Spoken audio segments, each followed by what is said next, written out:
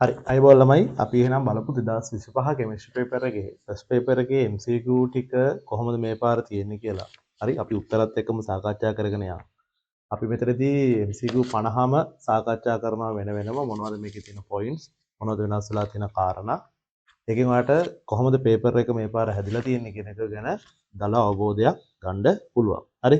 Right. ඔයාලා mark කරගෙන ආපු උත්තරත් එක්ක සංසන්දනය කරලා බලන්න මොන උත්තරද මාක් කරගෙන තියෙන්නේ කියලා. හරි අපි බලමු මාකින් ස්කීම් එක එනකොට යම් කිසි වෙනසක් වෙන්න පුළුවන් සමහර ප්‍රශ්නවල සමහර ඒවාට ඕල් හම් වෙන්න පුළුවන් හරි ඒ වගේ දෙයක් වෙන්න පුළුවන් නැත්තම් නිවැරදිම වෙන්න පුළුවන් උත්තර ටික තමයි අපි මේ සාකච්ඡා කරගෙන යන්නේ හරි රයිට් එහෙනම් අපි බලමු පළවෙනි ප්‍රශ්නේ ධම්ම බලක පේපර් එක ඇති පොඩ්ඩක් බලා ගන්න රයිට් හෙන්රි බෙකරල් වඩාත්ම ප්‍රචලිත වනුයේ පහත දී ඇති කුමන සොයා ගැනීම සඳහා දැන් බෙකරල් කියපු ගමන් අපිට මතක් වෙන්න ඕනේ හැමෝටම විකිරණශීලීතාවයනේ. දිත්ත අංශු තරංග දිත්ත ස්වභාවය කියන එකට ගැලපෙන ඩී බ්‍රෝග්ලි තරංගායාමයනේ. එක්ස් කිරණ කියපුවම මතක් වෙන්නේ නැහැ. නියුට්‍රෝන කියපුවම මතක් වෙන්නේ නැහැ. න්‍යෂ්ටියේ ව්‍යුහය මතක් වෙන්නේ නැහැ. එහෙනම් උත්තරේ විකිරණශීලීතාවය. රයිට්. ඒවල ඒසියවනේ. රයිට්. ඉක්මනට යන් ඉස්සරහට. දෙවෙනි ප්‍රශ්නේ බලන්න ක්වොන්ටම් අංක n සමානයි 4 සහ l සමානයි 2 වන අවස්ථාවේ භූමි අවස්ථාවේ පැවතිය හැකි උපරිම ඉලෙක්ට්‍රෝන සංඛ්‍යාව පරමාණුවක පැවතිය හැකි උපරිම ඉලෙක්ට්‍රෝන සංඛ්‍යාව n සමානයි 4යි l සමානයි 2යි. ඒතර 4යි 2යි කියපුවම මේක 4d නේ 4d සඳහා පවතින්න පුළුවන් උපරිම ඉලෙක්ට්‍රෝන කීයක් තියෙනවද 10යි. ඕනිම d උපශක්ති මට්ටමක ඉලෙක්ට්‍රෝන කීයක් ඉන්න පුළුවන්ද 10ක් ඉන්න පුළුවන්. එහෙනම් උත්තරේ අංක 4. හරි දෙවෙනි එකට 4. රයිට්. 3 බලන්න 3 හයිඩ්‍රජන් බන්ධන අයන පේරිත දීද්‍රව අන්තර්ක්‍රියා දීදව පේරිත අන්තර්ක්‍රියා දීදව අන්තර්ක්‍රියා වඩාත් හොඳින් පිළිබිඹු කරන්න. හයිඩ්‍රජන් බන්ධන කියපු ගමන් අපිට මතක් වෙන්න ඕනේ. දැන් ඕකේ තියෙන උත්තරත් එක්ක බලපුවාම ඕතොනයිට්‍රොපීනෝල් නේ. ඕතොනයිට්‍රොපීනෝල් කියපුවම මෙන්න මෙහෙම. මේකේ OH බන්ධනයක් තියෙනවා. ඕතෝ කියපුවාම මෙතන එක ළඟ තමයි NO2 කෙනා ඉන්නේ. එහෙමත් දල වශයෙන් දාන්න. right එහෙනම් මෙතන OH බන්ධන තියෙනවා මෙයාගෙත් එක්ක හදනවානේ අන්තක් අණුක හයිඩ්‍රජන් බන්ධන අන්තක් එකම අණුවේ ඇතුලේ හදනවා. right එහෙනම් ඕතොනයිට්‍රොපීනෝල් ඇතුලේ හයිඩ්‍රජන් බන්ධන තියෙනවා. අයන පේරිත කියපු ගමන් අයනයක් තියෙන්න ඕනි. පේරිත නම් නිර්ද්‍රවීය කෙනෙක් වෙන්න ඕනි. ඒතර අයනයක් තියෙනකොට Ki නිර්ද්‍රවීය කෙනෙක් වෙනකොට I2. එහෙනම් මේ දෙන්න අතර තමයි අයන පේරිත ආකර්ෂණ බල තියෙන්නේ. ඊළඟට දීද්‍රව පේරිත දීද්‍රව කියන්නේ ද්‍රවීය කට්ටිය. දීද්‍රව ආකර්ෂණ බල හදන්නේ ද්‍රවීය කට්ටිය වල පේරිත කියපු ගමන් පේරිත ආකර්ෂණ බල හදන්නේ නිර්ද්‍රවීය. එහෙනම් ද්‍රවීය කෙනෙකුයි නිර්ද්‍රවීය කෙනෙකුයි බලන්න ඕනේ. ද්‍රවීය කෙනෙකුයි නිර්ද්‍රවීය කෙනෙකුයි කියද්දී අපිට මතක් වෙනවා HCl සහ ආගන්. HCl ද්‍රවීයයි. HCl ද්‍රවීයයි. හරි නිර්ද්‍රවීය කෙනෙක්ට අපිට මතක් වෙනවා උතන දීලා තියෙන කට්ටියකින් ආග. ඊළඟට දීදව අන්තර්ගය හැදෙන්නේ ද්‍රවීය කට්ටිය අතර ද්‍රවීය කෙනෙක් ඉන්නවා නම් ඕකේ ClF කියන එක්කනාව තමයි ගන්න වෙන්නේ. එහෙනම් වඩාත් ගැළපෙන උත්තරේ අංක 1 3ට 1. හරි නේද? රයිට්. බලන්න ඊට පස්සේ අංක 4. අංක 4ේදී අංක 4 බලනකොට කියනවා අපිට මෙහෙම දෙයක්. right CH2 Cl2 CH4 COF2 CH2F2 ගේ කාබන් වල විදුරුතාවය. right කාබන් පරමාණුවක නෙවෙයි එකම පරමාණුවක විද්‍යුත්නතාවයේ විවිධ අණු වල සංසන්දනය කරන්න තිබ්බම අපි බලන පිළිවෙලක් තියෙනවා CH4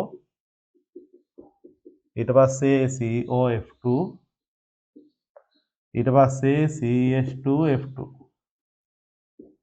right එතකොට අපි බලන්නේ අංක 1ටම බලන්න ඕනේ මෙයාලගේ මොහොම්කරණයන් ටිකනේ.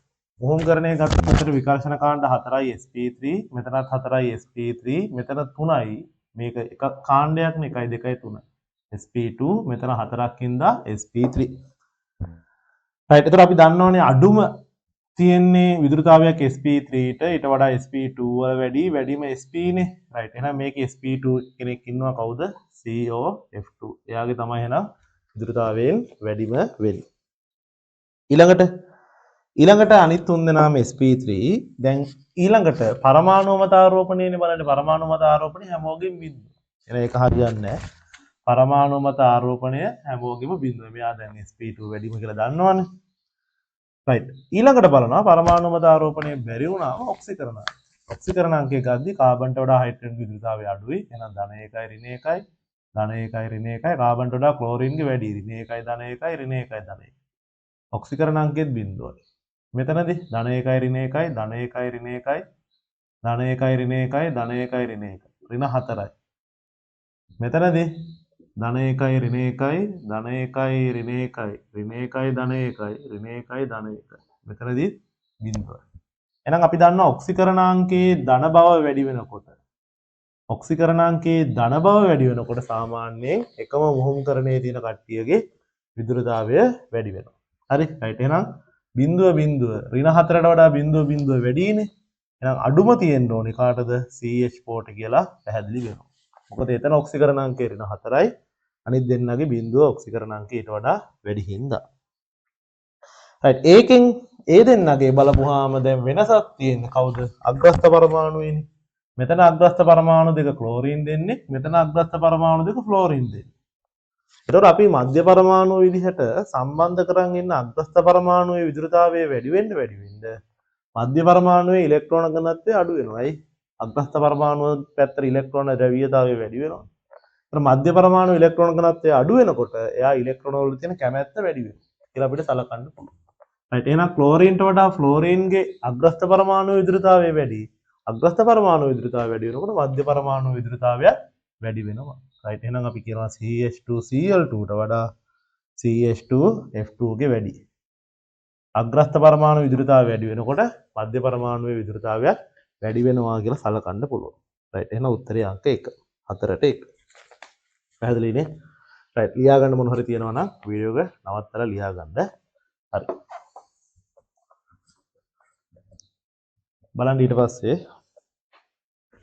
ඊළඟ ප්‍රශ්නය දී ඇති උෂ්ණත්වයකදී දෘಢ සංයුත බදුනක් තුළට A2 සහ B2 A2 වායුවයි B2 වායුවයි මිශ්‍ර කරපුවාම හැදෙනවා සමතුලිතයක් විදිහට 2AB3.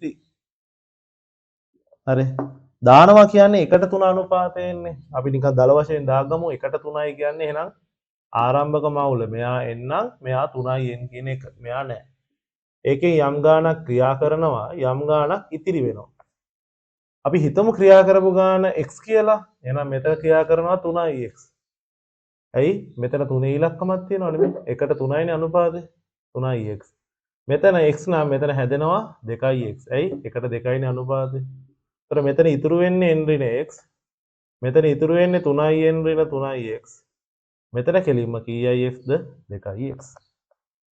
පැහැදිලිද කියන එක? හරි.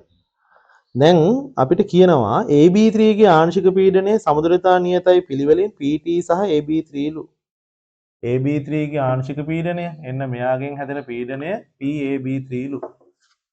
මුළු පීඩනය PT ලු. උතර PT කියන්නේ මොකද්ද? PT කියන්නේ PA2 ධන PB2 ධන PAB3 නේ. right හරි අපිට කියනවා PAB3 ඉතා කුඩායි PT ට වඩා. ඒ කියන්නේ මුළු පීඩනයත් එක්ක සලකනකොට AB3 නොසලකා හැරිය හැකියිනේ. එයා බිඳුවට සම ආසන්නයි කියලා කියනවා. නොසලකා හැරිය. එහෙනම් කෙලින්ම PT සමාන වෙන්නේ මේ දෙකේ එකතුවට. n ඍණ x ධන 3i n ඍණ 2x. හරිද? right. එතකොට අපිට කියනවා PAB3 ඉතා කුඩායි නම් PT ට මේ දෙන්නගේ එකතුවට සමාන වෙන්නේ කියලා අපිට සලකන්න පුළුවන්.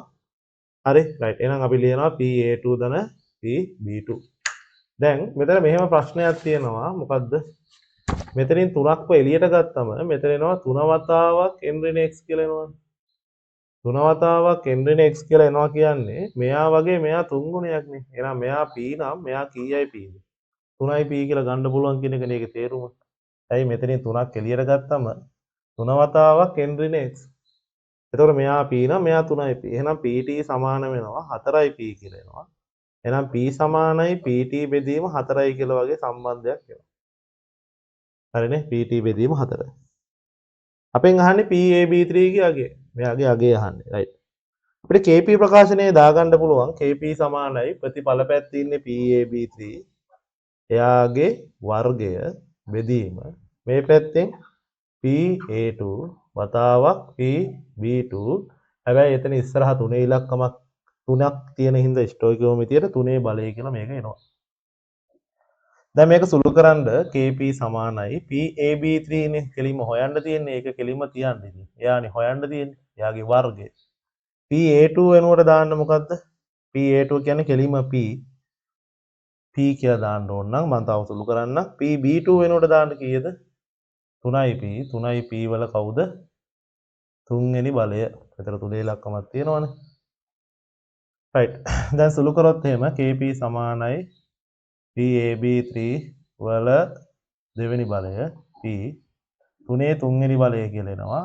P වල 3යි P කියන්නේ P වල 4යි. එහෙනම් තුනේ තුන්වෙනි බලයයි P වල 4යි කියලා එනවා. හරිනේ? right. දැන් මේක පොඩ්ඩක් අපි සුළු කරමු.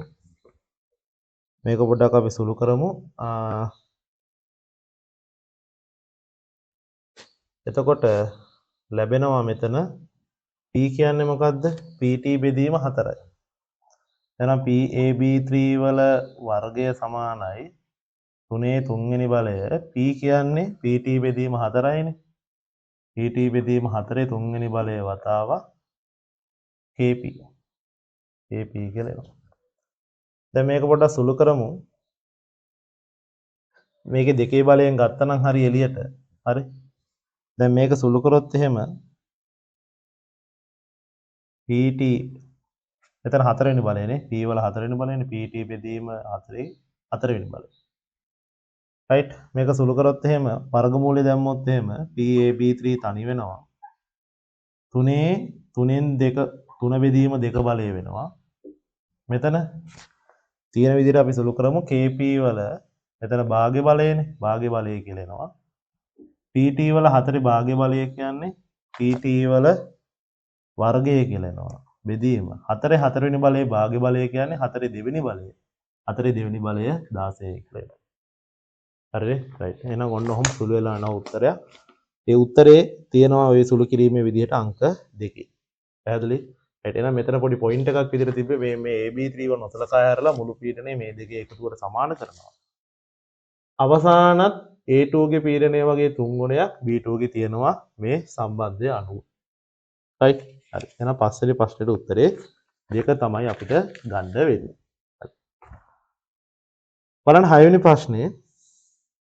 6 වෙනි ප්‍රශ්නේ කියනවා x සහ y පරමාණු සම්බන්ධ විස්තරයක් පහත දී ඇත.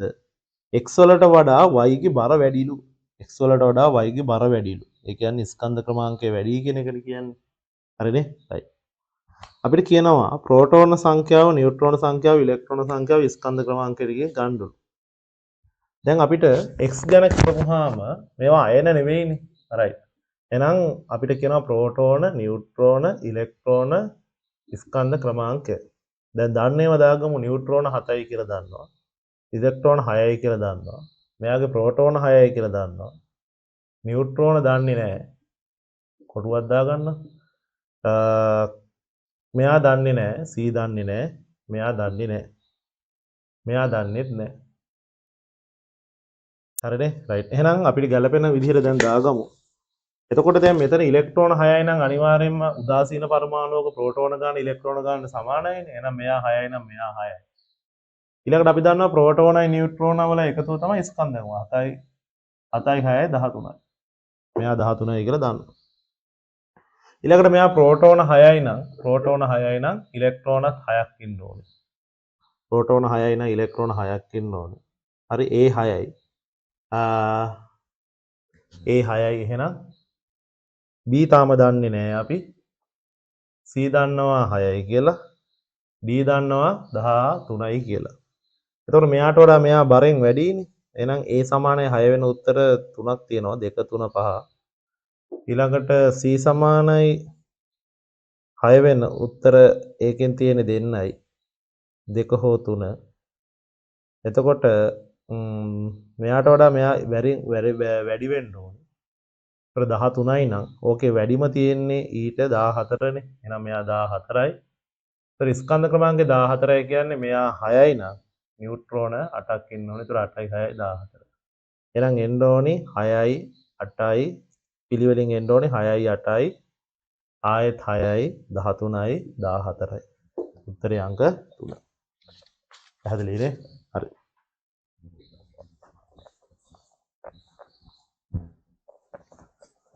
ඊට පස්සේ බලමු 7 වෙනි ප්‍රශ්නේ නාමකරණයේ ප්‍රශ්නයක්. ලේසි මේ පාර තියෙන නාමකරණය න CA3 C ත්‍රිත්ව බන්ධනයක් C C hydrogen chlorine C CA3 මෙතන CHO කියලා තියෙනවා. ආය හයිඩ්‍රජන් තියෙනවා. දැන් ප්‍රධාන ක්‍රියාකාරී කාණ්ඩය දැක්ක ගමන් අපිට ඇල්ඩිහයිඩය කියලා පේනවනේ. ඊට වඩා ඉහළින් ඉන්න කෙනෙක් නැහැ. එයා එහෙනම් අංක 1 2 3 4 5 6 එනවා. ක්ලෝරින් ආදේශ කාණ්ඩයක් CA3 ශාඛා දාමයක් කියලා පේනවා. එහෙනම් ඉස්සලම හම්බෙන්නේ C අකුර එන්නේ ක්ලෝරෝනේ. එහෙනම් 3 ක්ලෝරෝ කියලා මතක් වෙනවා. දෙකේ හම්බ වෙනවා CA3 කාණ්ඩයක් 2 මෙතිල් කියලා මතක් වෙනවා. ඊට පස්සේ අංක 4 හම්බ වෙනවා ත්‍රිත්ව බන්ධනයක්. hex කියලා දාලා ගන්නත් පුළුවන් නැත්නම් හෝ ඉස්සරහට දාලා ගන්නත් පුළුවන්. හෝ hex. ත්‍රිත්ව බන්ධනයක් නම් අයින් අංක 1 හින්දා 1 දාන්න ඕනේ නැහැ. අයින් L කියලා ගන්න පුළුවන්. එහෙනම් උත්තරේ 5. 7ට උත්තරේ 5. ඒව අවුලක් නැහැනේ. right. අපි යන් ඊළඟ ගානක් හදන්න තියෙන ප්‍රශ්නයක් තියෙනවා 8 වෙනි ප්‍රශ්නේ ආයේ. හරි ගණනය කිරීම වලින් දැනුම. හරි. බලමු මේවා එච්චර අමාරුද කියලා. කැල්සියම් කාබනේට් ඝනය සුළු කරපුවාම ලැබෙන කට්ටියක් දීලා තියෙනවා මාර්ක් ලේසි. right CO2 වායුව බවට පත් වෙනවා. ඊට පස්සේ Al2CO3 ඇලුමිනියම් කාබනේට් රත් කරපුවාම ලැබෙන කට්ටියක් දීලා තියෙනවා බැලන්ස් කරලාමයි තියෙන්නේ Al2O3 ධන 3යි CO2. දැන් මොකද වෙන්නේ? මේ දෙකේම සමම අවුලා. එහෙනම් මෙයා n නම් මෙයාත් n. එහෙනම් මෙයා n මෙයා n මෙයා n මෙයා කීයයින්ද 3යි n කියලා ගන්න පුළුවන්.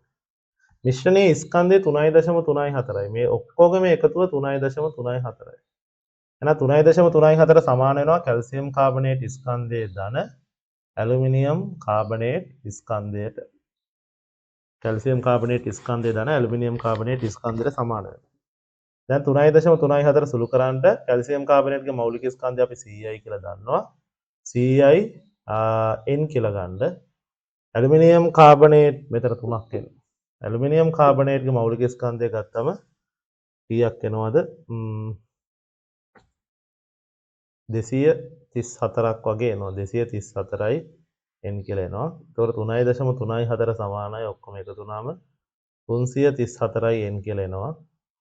මෙතන දශම ස්ථාන දෙක නොසලකා හැරලා සුළු කරපුවාම 334 334 එකයි දශම ස්ථාන දෙක අයින් කරපුවාම 0.01 කියලා. හරිනේ? හොඳට සුළු වෙලා යන උත්තරයක් ලැබෙනවා. අපෙන් අහන්නේ මොකද්ද? එයාගෙන් දෙන ඇලුමිනියම් කාබනේට්ගෙන් දෙන CO2. ඇලුමිනියම් කාබනේට්ගෙන් CO2 3යි එනවනේ. 3යි එනවනේ පටල ගන්න එපා. එතකොට CO2 ස්කන්ධය ඇලුමිනියම් කාබනේට්ගෙන් ගන්නේ 0.01යි මවුල වගේ 3 ගුණයක් හම්බ වෙනවා 3යි n නිසා ඒකාය වැඩි කරනවා 44. මවුලට මවුල කැපලා යනවා. එතකොට CO2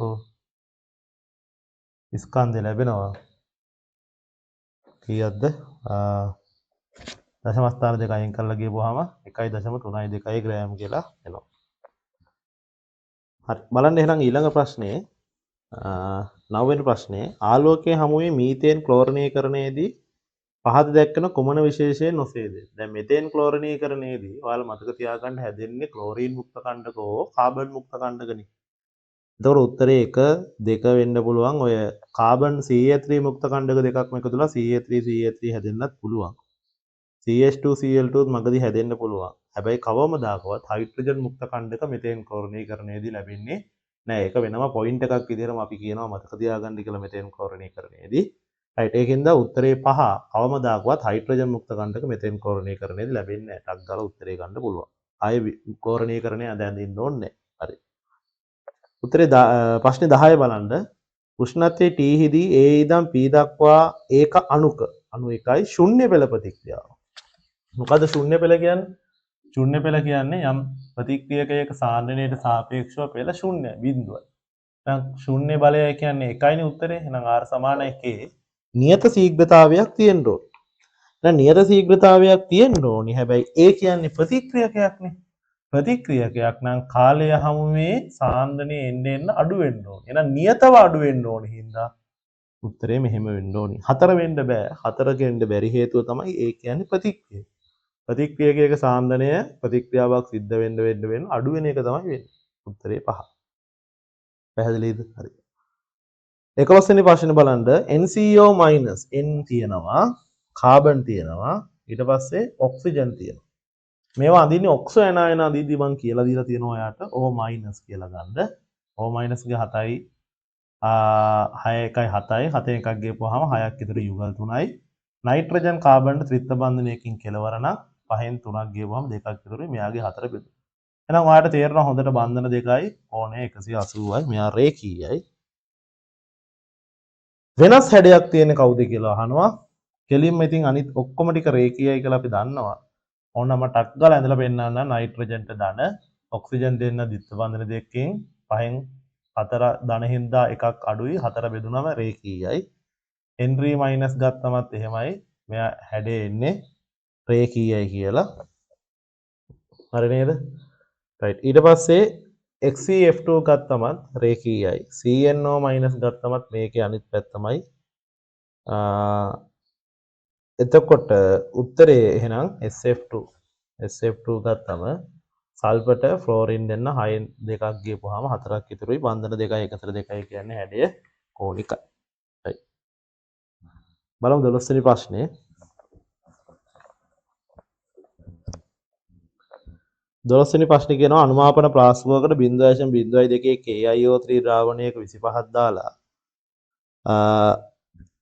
තනුක H2SO4 මාම්ලික කරලා Ki ද්‍රාවණයකින් ඝන සෙන්ටිමීටර් 15ක් දානවා. මුක්ත වෙච්ච I2. දැන් KiO3 ට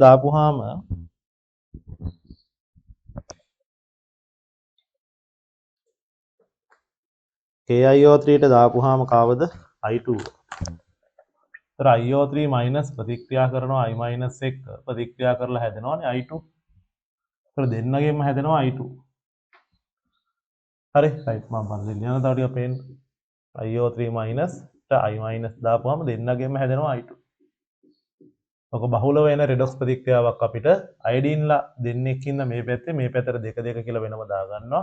ඇයි මේ දෙපාරක් දැම්මේ? දෙන්නට වෙන වෙනම බැලන්ස් කරලා. දැන් ඔක්සිකරණ අංක ටක් ගාලා දාලා ගමු. ඍණ 2 3ක් ඍණයි. ඍණ 1ක් විතරන ධන 5යි. දෙන්නෙක් ඉන්න ධන 10යි. ඍණ 1ව 2ක් ඍණ 2යි. මෙයා බිඳුවයි. මෙයා බිඳුවයි. 10 ඉඳලා බිඳුවර 10කින් අඩු වෙනවා. මෙයාට 2කින් වැඩි වෙනවා. 2 වැඩි කරන්න 5න්. මෙයා 5යි. මෙයා 10යි. ඍණ 10යි 2යි ඍණ 10යි 2යි ඍණ 12යි. ඍණ 12යි නම් මෙතන H+ ලා දාන්න 12. H+ ලා 12ක් නම් ජලය දාන්න කීයක්ද? 6ක් කියලා. දැන් මේ ටික පොඩ්ඩක් සුළු කරලා ගමු අපි. මේ දෙන්න එකතු කරනවා 5යි 1යි 6යි. ඔක්කොම ඉරට්ටි හින්දා දෙකෙන් බෙදෙනවා. එතකොට 6යි H+ ධන IO3 මයිනස් ධන 5යි I මයිනස් මේ පැත්තෙන් එනවා කීයද? 3යි I2 ධන 3යි ජලය කියලා එනවා. right අපිට කියනවා මේකේ ආරම්භක මවුල විදිහට දානවා දැන්. හරි. 0.02 KiO3 25. ඒතර KiO3 මවුල ගාන හොයන්න පුළුවන් 0.02 25. ඩෙසිමීටර් කරන්න 10 ඍණ 3ෙන් වැඩි කරන්න. Ki දානවා 0.5 15. එහෙනම් මවුල සාන්ද්‍රණය 0.5යි 15යි ඝන සෙන්ටිමීටර මවුල කරන්න 10 ඍණ 3ෙන් වැඩි කරන්න. 50යි දශම ස්ථාන දෙකක් අයින් කරලා ගියපුවාම 0.5 වැඩි කිරීම 10 ඍණ 3යි මෙතන. මෙතන 15 × 5 75යි 7.5 වැඩි කිරීම 10 ඍණ 3යි. හරිනේ? right. මුක්ත වෙච්ච I2 දර්ශකයේ ලෙස තයෝසල්ෆේට් එක්ක අනුමාපනය කරනවා. එහෙනම් ක්‍රියාකල මවුල ගන්න වෙන්නේ කවුද එහෙනම්? අනිවාර්යයෙන්ම IO3 ඉවර වෙනවා. එයා සීමාකාරී හින්දා. එහෙම දාලා බලන්න ඕනේ නැත්නම් මෙයාට වඩා අඩුවෙන් හිටියොත් එහෙම වෙන්නේ නැහනේ. 1 × 5 5යි. මේ වගේ 5 ගුණයක් කියන්නේ මෙතනින් 2.5 වැඩි කිරීම 10 ට 3 අඩු වෙනවා. එහෙනම් IO3 සම්පූර්ණයෙන්ම ප්‍රතික්‍රියා කරනවා කියලා අපිට තේරුම් ගන්න පුළුවන්. හරිනේ? right. ඒ ප්‍රතික්‍රියා කරන IO3 ටික ප්‍රතික්‍රියා කරන I2 එක්ක තර 2යි සෝඩියම් තයෝසල්ෆේට් කියලා එනවා. හරි මතකයිනේ කෙලින්ම ඔක මතකෙන් ගන්න 2යි සෝඩියම් අයඩයිඩ් ධන Na2SO6. ඒක මතක තියාගෙන යන්නේ අයිඩීල්ලා දෙන්න මෙතන දෙන්නෙක් වෙන්න සෝඩියම් එක්ක කියලා ගන්නවා. මේ සෝඩියම් 4යි තව සෝඩියම් දෙන්නෙක් මෙතෙන් එනවා. මේක දෙගුණයක් වෙනවා. දෙවරක් 2 4යි දෙවරක් 6යි. දැන් මොකද වෙන්නේ? හැදිච්ච I2 ගාන අපෙන් අහන්නේ. I2 ගාන තමයි අපිට වැදගත් වෙන්නේ ප්‍රතික්‍රියාවට. එහෙනම් මේ 1ට 3යි. එහෙනම් මේ ගාන වගේ 3 ගුණයක් මෙතන හැදෙනවා. ඒ කියන්නේ 1.5 වැඩි කිරීම 10 කට තොරක් එතන කවුරු හැදෙනවද? I2 හැදෙනවා. එහෙනම් මෙතනත් I2 ඉන්නවා 1.5 වැඩි කිරීම 10 ඍණ 3. එහෙනම් ඒ වගේ තයෝසල්ෆේට් කොච්චරක් ඉන්නවද? දෙගුණයක්. ඒ වගේ දෙගුණයක් කියන්නේ 3 වැඩි කිරීම 10 ඍණ 3. දැන් තයෝසල්ෆේට්ගේ සාන්ද්‍රණය ගන්නෙ. සාන්ද්‍රණය සමානයි මවුල 3 වැඩි කිරීම 10 ඍණ 3යි. පරිමාව 20යි. 20 වැඩි කිරීම 10 ඍණ 3යි ඝන ඩෙසිමීටර්. බෙදුනම 0.0 හරි 1.5යි මවුල ඝන ඩෙසිමීටරයට කියලා එන්නේ. හරිද? හරි. උත්තරේ 5. හරි බලන්න 13 වෙනි ගාන ඊට පස්සේ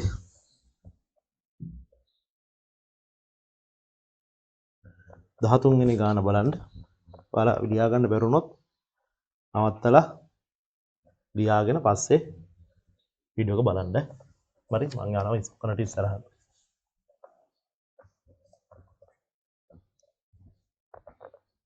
right ඊට පස්සේ අපිට කියනවා 23 උෂ්ණත්වයේ තියෙන සෝඩියම් හයිඩ්‍රොක්සයිඩ් ජලය තුළ ද්‍රාවණය වීමේ එන්තල්පි වෙනස ඍණ 42යි.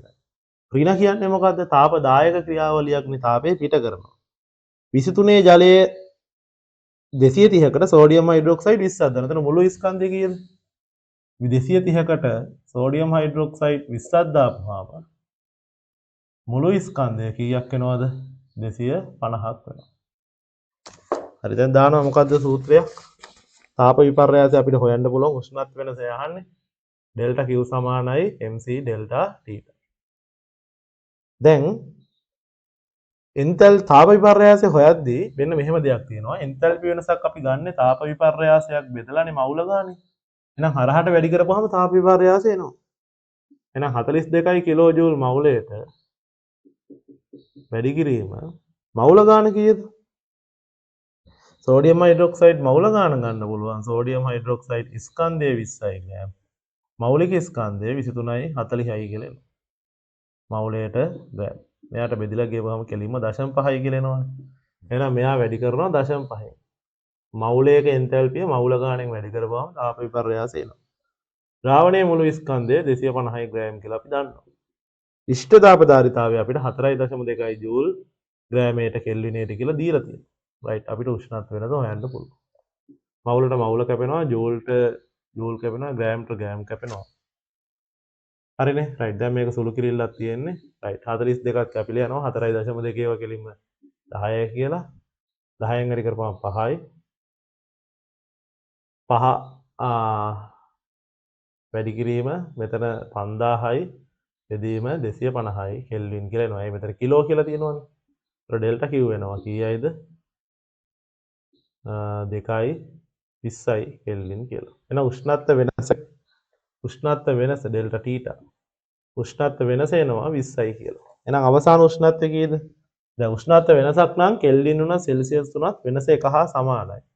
එහෙනම් අවසාන උෂ්ණත්වය සමානයි. ආරම්භයේ ඉන්නවා 23යි 23ට 20ක් එකතු වුණාම මොන තුනයිද? 43යි සෙල්සියස් කියලා එනවා. වෙනසක් නම් එක හා මොකද වෙන්නේ? සමානයි. ඒක තමයි පොයින්ට් එක.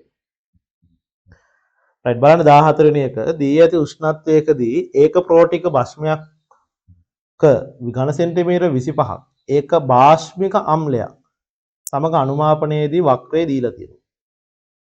දැන් එතකොට අපි දන්නම දේ තමයි මේ වගේ pH ප්‍රස්ථාරයක මෙන්න මේ ශීඝ්‍ර pH විචලනය. ඕකේ මෙන්න මේ මැද තැන තමයි අනිවාර්යයෙන්ම මොකක් වෙන්න ඕනේද? සමකතා ලක්ෂයේ pH අගේ වෙන්න ඕනේ. එහෙනම් අනිවාර්යයෙන්ම ශීඝ්‍ර pH විචලනය සිද්ධ වෙන්නේ මෙන්න මෙතන ඉඳන් මෙතෙන්දනේ. රයිට් එන්න මෙතන ඉඳන් මෙතෙන්ද ඒකේ මැද කියන්නේ එහෙනම් කීයද? ඝන සෙන්ටිමීටර 25ක්. එහෙනම් ඕකේ සමකතා ලක්ෂය නැත්නම් අනුමාපනයේ නවත්තන තැන අන්ත ලක්ෂය කියන තැන අගය පරිමාව ඝන සෙන්ටිමීටර 25ක් වෙන්න ඕනේ.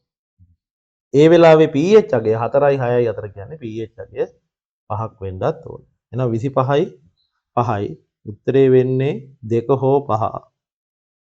pH අගේ 5 වෙන්නේ 2 හෝ 5 25ත් වෙලා. එතකොට දැන් බලන්නකො pH අගේ පල්ලෙහාට ඇවිල්ලානේ.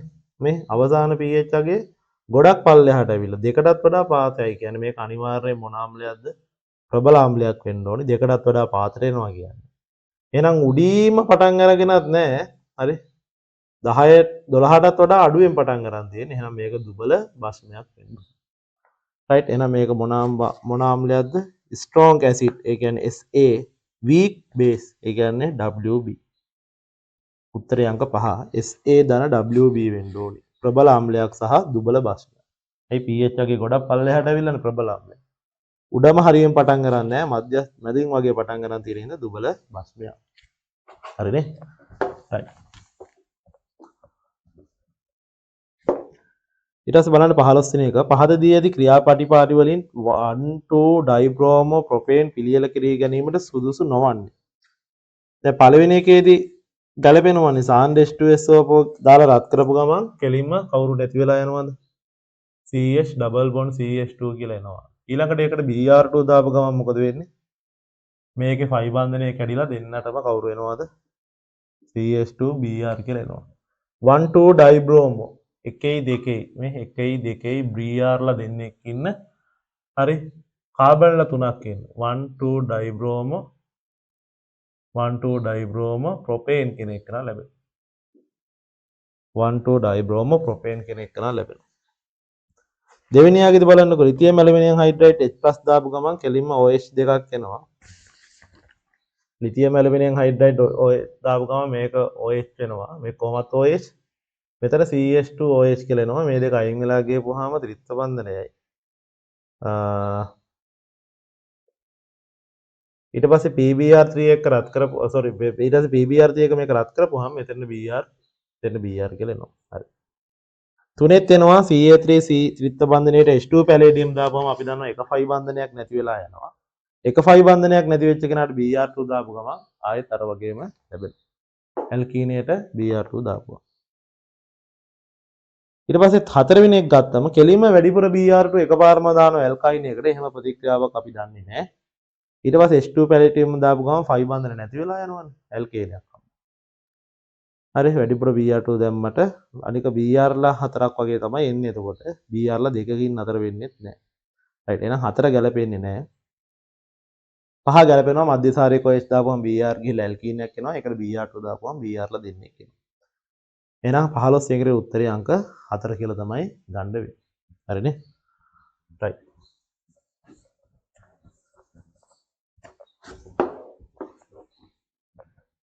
බලන්න ඊට පස්සේ 16 වෙනි එක H2 සහ I2 ගෙන් 2HI කියන ප්‍රතික්‍රියාව වේගයෙන් සිදුවන සමතුලිත පියවරකින් පසුව සෙමෙන් සිදුවන මූලික ප්‍රතික්‍රියාවක් කරහා සිදුවේ.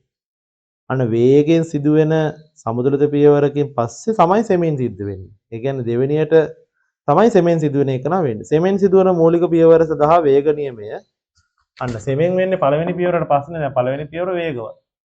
දෙවෙනි පියවර තමයි සෙමෙන් සිද්ධ වෙන්නේ. අන්න. සෙමෙන් සිදුවෙන එකනට අදාළව ශීඝ්‍රතා ප්‍රකාශනය ගත්තම R සමානයි K dash H2 සහ IK වර්ගයක් කියලා එනවා. ඒ කියන්නේ H2 කෙලින්ම සහභාගී වෙලානේ ID නොත් සහභාගී වෙලා. එහෙනම් දෙන්නම සහභාගී වෙලා තමයි තියෙන්නේ දෙවෙනි පියවරට එනකොට. H2 සම්පූර්ණයෙන් තියෙනවා. ID මේ වෙලාවේ තමයි කැඩලා තියෙන්නේ. ID නොත් සහභාගී වෙලායි කියන්නේ. right? එහෙනම් වේග නියමය සඳහා ප්‍රකාශනයක් ලියන්න ඕනේ. එහෙනම් කවුරුත් අමතක වෙරන්න බෑ. H2 සම්පූර්ණයෙන් සහභාගී වෙලා I2 සම්පූර්ණයෙන්ම සහභාගී වෙලා දෙකටම සාපේක්ෂව 1 කියලා පෙළ එන්න ඕනේ. right? දෙකම සහභාගී වෙලා H2 ගේ 1යි ID ගේ 2යි කියලා ගන්න එපා. ඔය ID ගේ 2 වෙලා තියෙන්නේ I2 ගේ 2ක් හම් වෙලා 2යි I. ඒ 2යි I තමයි ඊළඟ පියවරේදී සහභාගී වෙලා තියෙන්නේ H2 එක.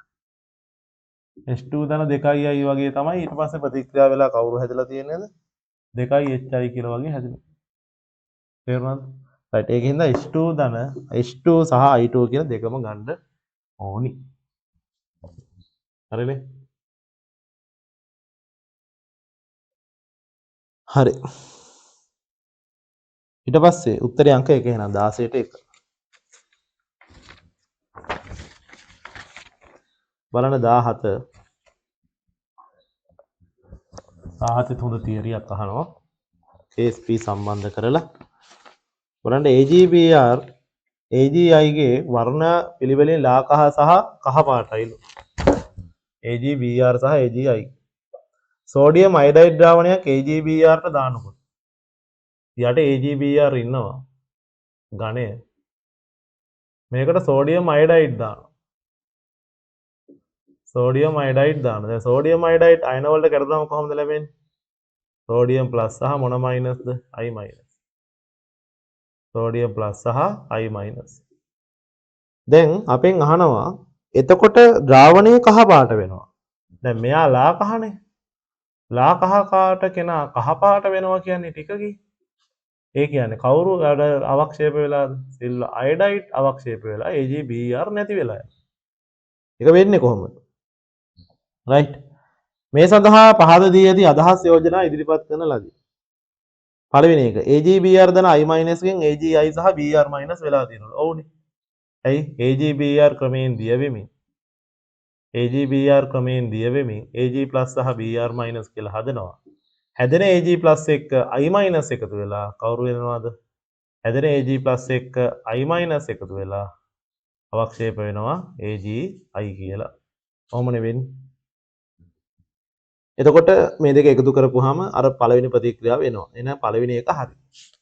පළවෙනි එක හරි. AgBr දිය වෙමින් AgI අවක්ෂේප වෙනවා Br- ද්‍රාවණගත වෙනවා. AgBr ගේ KSP AgI ගේ KSP ට වඩා වැඩිලු. දැන් සාමාන්‍යයෙන් මෙහෙමයි පොයින්ට් එක. සාමාන්‍ය වැඩිපුර දිය වෙනවා කියන්නේ කෙනෙක්. එයාගේ KSP වැඩි. අයන සාන්ද්‍රණ වල ගුණිතය වැඩි කියන්නේ වැඩිපුර දිය වෙලානේ. ද්‍රාවණයට වැඩිපුර අයන හම්බෙලා තියෙන්නේ. ඒතර වැඩිපුර දිය වෙන කෙනා තමයි AgBr. එයා දිය වෙලා AgI අවක්ෂේප වෙනවා. එයා දිය වෙන්න කැමති AgI අවක්ෂේප වෙන්න කැමති. එහෙනම් දිය වෙන්න කැමති කෙනාගේ KSP වැඩි වෙන්න ඕන. දිය වෙන්න කැමති කෙනාගේ වැඩිපුර දිය වෙන්න කැමති කෙනාගේ KSP අඩුවෙන් දිය වෙන කෙනාට වඩා දැන් හැබැයි එකම ස්ටොයිකොමිතිය වගේ වෙන්න ඕනේ. රයිට්? මෙතන එකම ස්ටොයිකොමිතියනේ කැඩෙන්නේ. වැඩි වෙන්න ඕනේ. එහෙනම් ඒක හරි. මේ දෙන්න සලකපුවාම AgBr ට වඩා AgI ගේ KSP අඩු හින්දා තමයි එයා අවක්ෂේප වෙලා වැඩිපුර දිය වෙන්න කෙනාගේ තමයි KSP වැඩි වෙන්නේ. මොකද අයන සාන්ද්‍රණ වල ගුණිතය වැඩි කියන්නේ වැඩිපුර ද්‍රාවණයේ අයන ඉන්නවා කියන්නේ. හරි. එහෙනම් දෙකත් හරි. දෙකත් හරි. AgBr ගේ KSP අඩුයි රයිට්. ඒක වැරදිනේ. ඉතින් ඒක දෙකම හරියන්න විදිහක් නැහැනේ. එයා වැරදි. Br- ගේ සාන්ද්‍රණය අඩු වේද? දැන් I- ගේ සාන්ද්‍රණය අඩු වේලු. ඔව් I- වැඩිපුර අවක්ෂේප වෙනවනේ. I- අවක්ෂේප වෙනවා Br- වැඩි වෙනවා. I- අඩු වෙනවා Br- වැඩි වෙනවා. හතර හරි. Br- අඩු වේලු නෑ වැරදි. Br- වැඩි වෙන එක වෙන්නේ. එයා ද්‍රාවණගත වෙනවා. එහෙනම් උත්තරේ අංක 3. 1 2 සහ 4 තමයි නිවැරදි වාක්‍ය බවට පත් වෙන්නේ. හරි. දැන් බලන්න ඊට පස්සේ 18 වෙනි ගාන. කාම රුෂ්ණත්වයේදී බීකරයක් තුළ ජලය කුඩා සාම්පලයක් පැය 6කට පසු වාෂ්පීකරණය වී ඇති බව සොයා ගන්නා ලදී. ජල සාම්පලයට අදාළ මෙම ක්‍රියාවලිය සඳහා පහත දැක්වෙන කුමන විස්තරය නිවැරදි වේද කියලා අහලා තියෙනවා. දැන් වාෂ්පීකරණයක් කියන්නේ මොකද්ද? වාෂ්පීකරණයක් කියන්නේ ජලයේ වාෂ්ප බවට පත් වෙනවනේ. ජලයේ වාෂ්ප බවට පත් වෙනවා. දැන් අනිවාර්යයෙන්ම ද්‍රවයක් වායු වෙන්න නම් පිටින් රත් කරන්න ඕනේ. තාප මොන ශෝෂකයිද? අවශෝෂකයි. එහෙනම් ඩෙල්ටා H විශාල බිඳුව උත්තරේ වෙන්න ඕනේ 1 4 හෝ 5. එන්ට්‍රොපිය මොකද වෙන්නේ? ද්‍රවයක් වායු වෙනකොට සාමාන්‍යයෙන් ද්‍රව අවස්ථාවට වඩා වායු අවස්ථාවේ කවුරු වැඩිද? S වැඩි, එන්ට්‍රොපිය වැඩි. එහෙනම් ඩෙල්ටා S උත් මොකද වෙන්නේ? ධනාගයක්. ඩෙල්ටා S උත් ධනාගයක්. පැය 6කට පස්සේ ඔටෝම මේක වාෂ්පීකරණය වෙලා තියෙනවා. එහෙනම් මොකද වෙන්නේ? මේක ස්වයන් සිද්ධ වෙනවා. ස්වයන් සිද්ධ වාෂ්පීකරණය වීම සිද්ධ වෙලා තියෙනවා. ස්වයන් සිද්ධ වෙනවා කියන්නේ ඩෙල්ටා G කුඩායි බිඳුව. ඩෙල්ටා G කුඩායි බිඳුව. right? එහෙනම් අපිට ගන්න පුළුවන් උත්තරේ අංක කීයද? උත්තරේ අංක 4 කියලා ගන්න පුළුවන්. පැහැදිලිද? right. බලන්න ඊට පස්සේ 19 D ගොනුවේ මූල ද්‍රව්‍ය සම්බන්ධයෙන් පහත කුමක් වැරදි වේද කියලා අහලා තියෙනවා. V2O5 ආම්ලික ඔක්සයිඩයක් වන අතර VO බාෂ්මික ඔක්සයිඩයක් වේ. හරි සාමාන්‍යයෙන් වෙන්න මෙහෙම පොයින්ට් එකක් තියෙනවා D ගොනුවේ ඔක්සයිඩ වල ඔක්සිකරණ අංකය වැඩි වෙනකොට ආම්ලිකතාවය වැඩි වෙනවා ඔක්සයිඩයක. ඔක්සයිඩ වල D ගොණුවේ ඔක්සයිඩ වල ලෝහ ඔක්සයිඩ වල ලෝහයේ ඔක්සිකරණාංකය වැඩි වෙනකොට ආම්ලිකතාවය වැඩි වෙනවා. එහෙනම් එක හරිනේ. V2O5 කියන්නේ ධන 5 උපරිම ඔක්සිකරණාංකයෙන් VO කියන්නේ ධන 2 භාෂ්මිකයි හරි. Mn3O4 ගේ මැංගනස්ගේ ධන 2 හා ධන 3 මිශ්‍රණයක් තියෙනවලු. ඔව්. දැන් MnO කියපුවාම මොක හැදිලා තියෙන්නේ MnO සහ Mn2O3. ඒතර Mn3O4 ධන 2යි ධන 3යි මිශ්‍රණය. හරිනේ. Fe ධන 3 සහ කොබෝල්ට් ධන 2 ජලීය ද්‍රාවණය කර ඇමෝනියම් ක්ලෝරයිඩ් හයිඩ්‍රොක්සයිඩ් දාපුවම Fe ධන 3 පමණක් අවක්ෂේප වේ. ඔව්. දැන් ඔයාලට මතක ඇති කාණ්ඩ විශ්ලේෂණයේදී විශ්ලේෂණ තුන්වෙනි කාණ්ඩයේදී අපි දාන්නවානේ ඇමෝනියම් ක්ලෝරයිඩ් එක්ක ඇමෝනියම් හයිඩ්‍රොක්සයිඩ්. ඒතර විශ්ලේෂණ තුන්වෙනි කාණ්ඩයේදී අවක්ෂේප වෙන්නේ ඇලුමිනියම් Fe3+ සහ කවුද? ක්‍රෝමියම් 3+ නේ. කොබෝල්ට් අවක්ෂේප වෙන්නේ නැහැ. කොබෝල්ට් සල්ෆයිඩයක් විදිහට අවක්ෂේප වෙන්නේ විශ්ලේෂණ 4ේදී. එන ඒක හරි Fe3+ පමණක් අවක්ෂේප වෙරයි. 4 බලන්න. 4 කියනවා සිංක් ක්ලෝරයිඩ් තනුක සෝඩියම් හයිඩ්‍රොක්සයිඩ් එකතු කිරීමෙන් සෑදෙන සුදු අවක්ෂේපය තනුක HCl වල අද්‍රාව්‍ය වේද. අන්න. ඒක වැරදි කතාවක්. ඇයි සිංක් ක්ලෝරයිඩ් අපි ඉගෙන ගන්නවා. OH- දාපුවහම මේක හැදෙනවා කවුද? Sync hydroxide. ඉතින් හයිඩ්‍රොක්සයිඩයක් අනිවාර්යයෙන්ම කාගේ දිය වෙනවද? HCl වල දිය වෙනවා. හැදෙනවා කවුද? සිංක් ක්ලෝරයිඩ් හදලා H2O හදනවා. තව වැඩිපුර HCl දැම්මොත් එහෙම සිංක් ක්ලෝරයිඩ් සංකීර්ණය. සාන්ද්‍ර HCl දැම්මොත් ක්ලෝරයිඩ් සංකීර්ණෙත් හැදෙනවා. එහෙනම් උත්තරේ 4. උත්තරේ 4. පහ නිකන් බලමු 3D ආන්තරික ශ්‍රේණියේ පළමු මූලද්‍රව්‍ය ඒ වගේ උපරිම ඔක්සිකරණ ගන්න 4 සුයි 3D ඔක්කොම පිට කරලනු. ඔව්. දැන් මෙයාලගේ 3D කට්ටියගේ වින්‍යාසයනේ ආගම් වතාවක් 4 2 3D කියලානේ පිරෙන්නේ අවම වශයෙන් 3D එකනේ. ඒතර උපරිම ඔක්සිකරණාංකය ගද්දි අනිවාර්යෙන් S ඉලෙක්ට්‍රෝනත් පිට වෙන්නම ඕනේ. S ඉලෙක්ට්‍රෝනත් පිට වෙන්නම ඕනේ. D ඉලෙක්ට්‍රෝනත් පිට වෙලා S උත් පිට වෙලා ආගම් තනි වෙලා තමයි උපරිම ඔක්සිකරණාංකය ලබා ගන්න.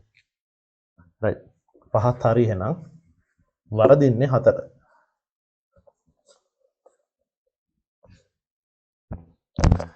ඊට පස්සේ 20 බලන්න පහත දැක්කන ප්‍රතික්‍රියාව සලකන්න PCC දාපුවාම මොකද වෙන්නේ කියලා අහලා තියෙනවා. අපි දන්නවා PCC කියන්නේ දුබල ඔක්සිකාරකයක්. හැබැයි දුබල ඔක්සිකාරකයක් වුණාට දැන් මෙතන ඉන්නේ CHOH නේ. CHOH කියන්නේ මොකද වෙන්නේ? ද්විතීයික ඇල්කොහොලය. ද්විතීයික ඇල්කොහොල වලට ප්‍රබල ඔක්සිකාරක දැම්මත් දුබල ඔක්සිකාරක දැම්මත් කීටෝනේ හැදෙනවා. ඊළඟට මෙතන CH2OH CH2 කෑල්ල ඇවිල්ලා PCC දාපුවාම CH2OH කෑල්ල කෙලින්ම ඇල්ඩිහයිඩයක් බවට පත් වෙන්නේ. එහෙනම් උත්තරේ වෙන්නේ අංක 4.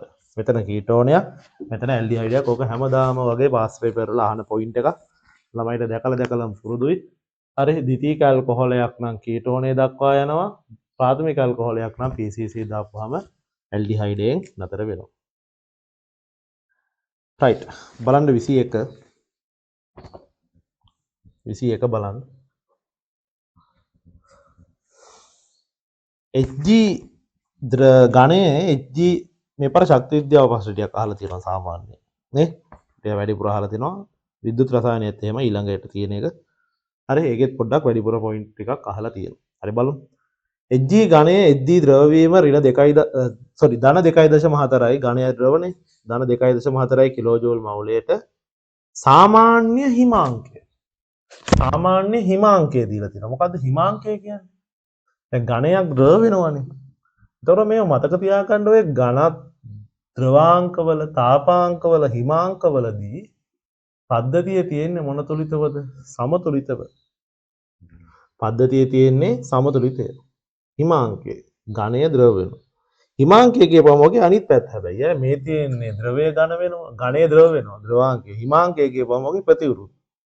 ඒතර මේ පැත්තට එන එක මේ පැත්තට ක්‍රියාවලිය ධන 2.4යි කිලෝජූල් මවුලයට නම් මේක අනිත් පැත්තට එනකොට ද්‍රවය ඝන වෙනකොට ඍණ 2.4යි කිලෝජූල් මවුලයට වෙන්න ඕනි. පැහැදිලිද? හරි. කොහොමද? දැන් අපෙන් අහලා තියෙනවා එන්ට්‍රොපි වෙනස කීයද කියලා. දැන් අපි දන්නම දේ තමයි ΔG සමානයි ΔH ඍණ T වතාවක් ΔS. හරි. හිමාංක ද්‍රවාංක තාපාංක වලදී ඩෙල්ටා G බිඳුවයි ප්‍රතික්‍රියාව පද්ධතිය ස්වයං සිද්ධයිනේ. ඍණ t වතාවක් ඩෙල්ටා s. දැන් t වතාවක් ඩෙල්ටා s මෙහෙට ගන්න සමානයි ඩෙල්ටා s කියලා ගන්න. t කීයද? t උෂ්ණත්වයනේ. හිමාංකයේ ඍණ 38යි කියලා දීලා තියෙනවා. එහෙනම් 273 ඍණ 38යි. ඩෙල්ටා s සමානයි. ඩෙල්ටා h කීයද? ඩෙල්ටා h 2.4යි කිලෝජූල් මවුලයට කියලා එනවා. හරිනේ? රයිට්. දැන් අපි ඩෙල්ටා s හොයලා ඉන්න පුළුවන් 2.4යි කිලෝ කියන්නේ 10/3යි ජූල් මවුලයට. හරි බෙදීම මේ දෙක අඩු කරලා ගන්න ඕනේ. මේ දෙක අඩු කරලා ගන්න ඕනේ වෙනස.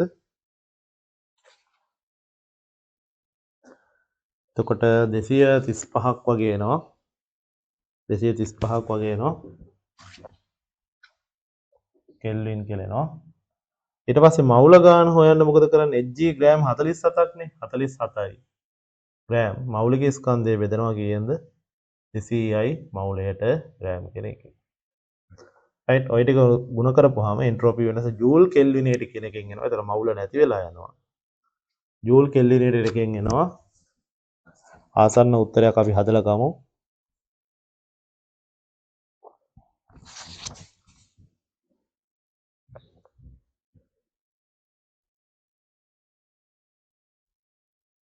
බෙදනවානේ හරි.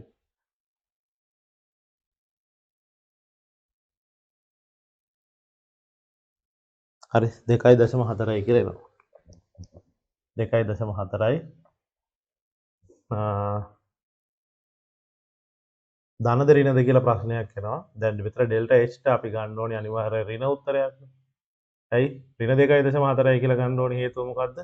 මේක හිමාංකය කියන්නේ මං කියවනේ අනිත් පැත්ත.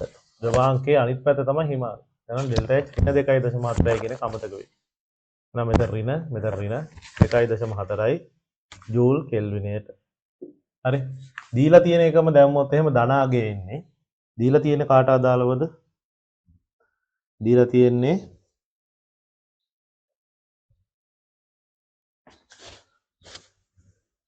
ද්‍රවාංකයට අදාළව. හරි බලන්න ඊට පස්සේ 22 MCQ එක අපිට දීලා තියෙනවා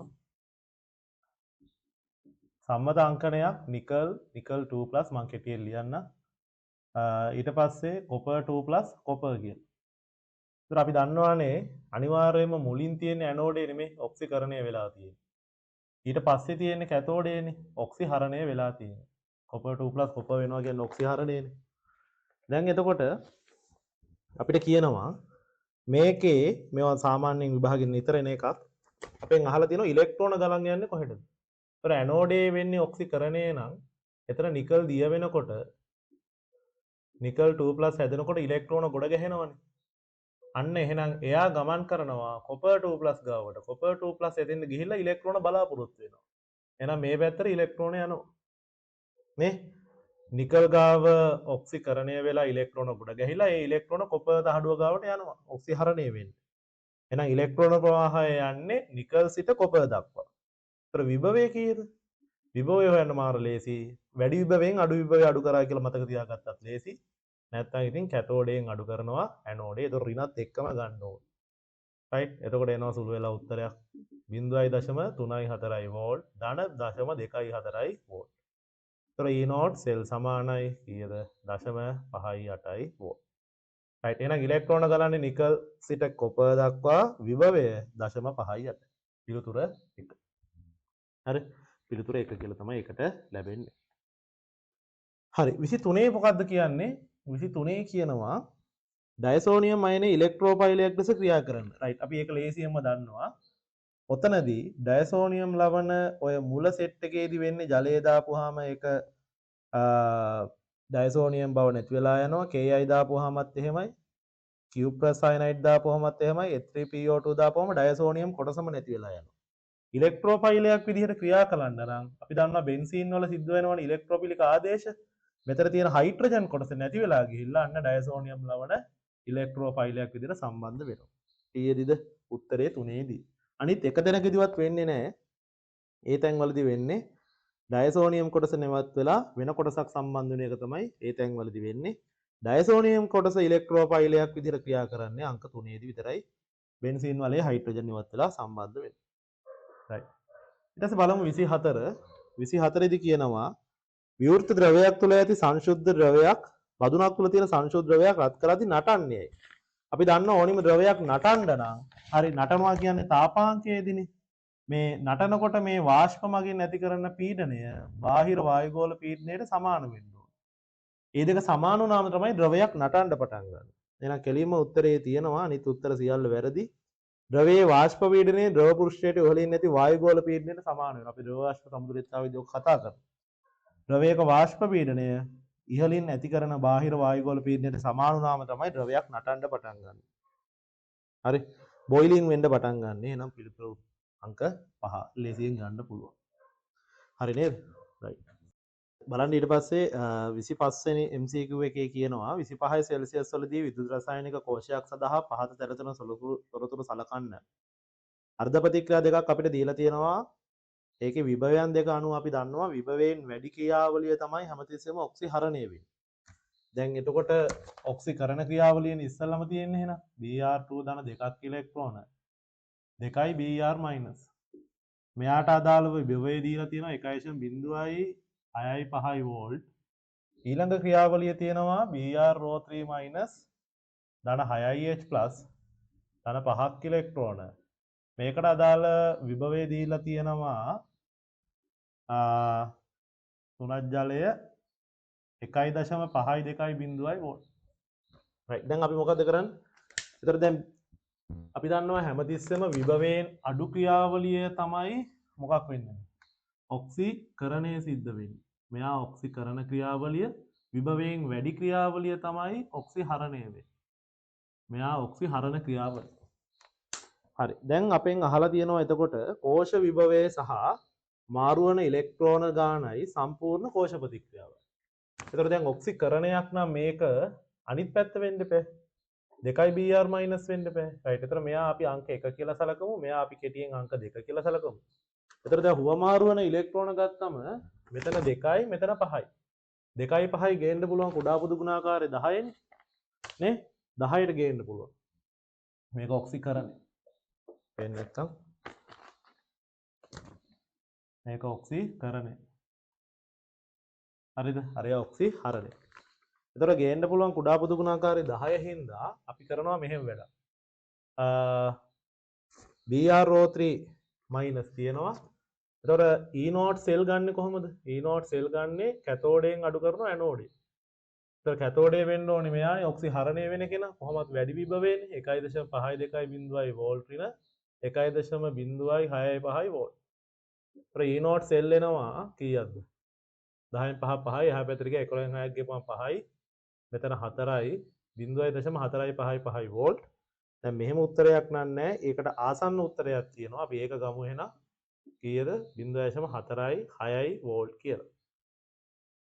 හරි. දැන් සම්පූර්ණ කෝෂ ප්‍රතික්‍රියාව ගන්නකොට එහෙනම් කැතෝඩයෙන් ඇනෝඩේ අඩු කරන හින්දා මම දෙවෙනි ප්‍රතික්‍රියාව දෙකෙන් වැඩි කරලා ඒක 10ක් වෙන්න අඩු කරනවා පළවෙනි ප්‍රතික්‍රියාව 5න් වැඩි කරලා. එතකොට දැන් දෙවෙනි ප්‍රතික්‍රියාව දෙකෙන් වැඩි කරපුවාම 2යි BrO3 මයිනස් ධන 6යි 12යි H+ 12යි H+ මෙතන 5ක් ඉලෙක්ට්‍රෝන කියන එක දෙකෙන් වැඩි කරපුවාම 10ක් ඉලෙක්ට්‍රෝන ඍණ මේ පැත්තේ තියෙනවා Br2 5න් වැඩි වුණාම 5යි Br2 ඊට පස්සේ ඍණ 10ක් ඉලෙක්ට්‍රෝන හරි ඊට පස්සේ සමතුලිතයි මේ පැත්තේ භාගයක් Br2 දෙකෙන් වැඩි කරපුවාම කෙලින්ම Br2 වෙනවා. හරි? Br2 වෙනවා. 3ක් ජලය දෙකෙන් වැඩි කරපුවාම 6ක් ජලය වෙනවා. අඩු කිරීම 2යි Br මයිනස් 5න් වැඩි කරපුවාම 10යි Br මයිනස් වෙනවා. තේරුණාද?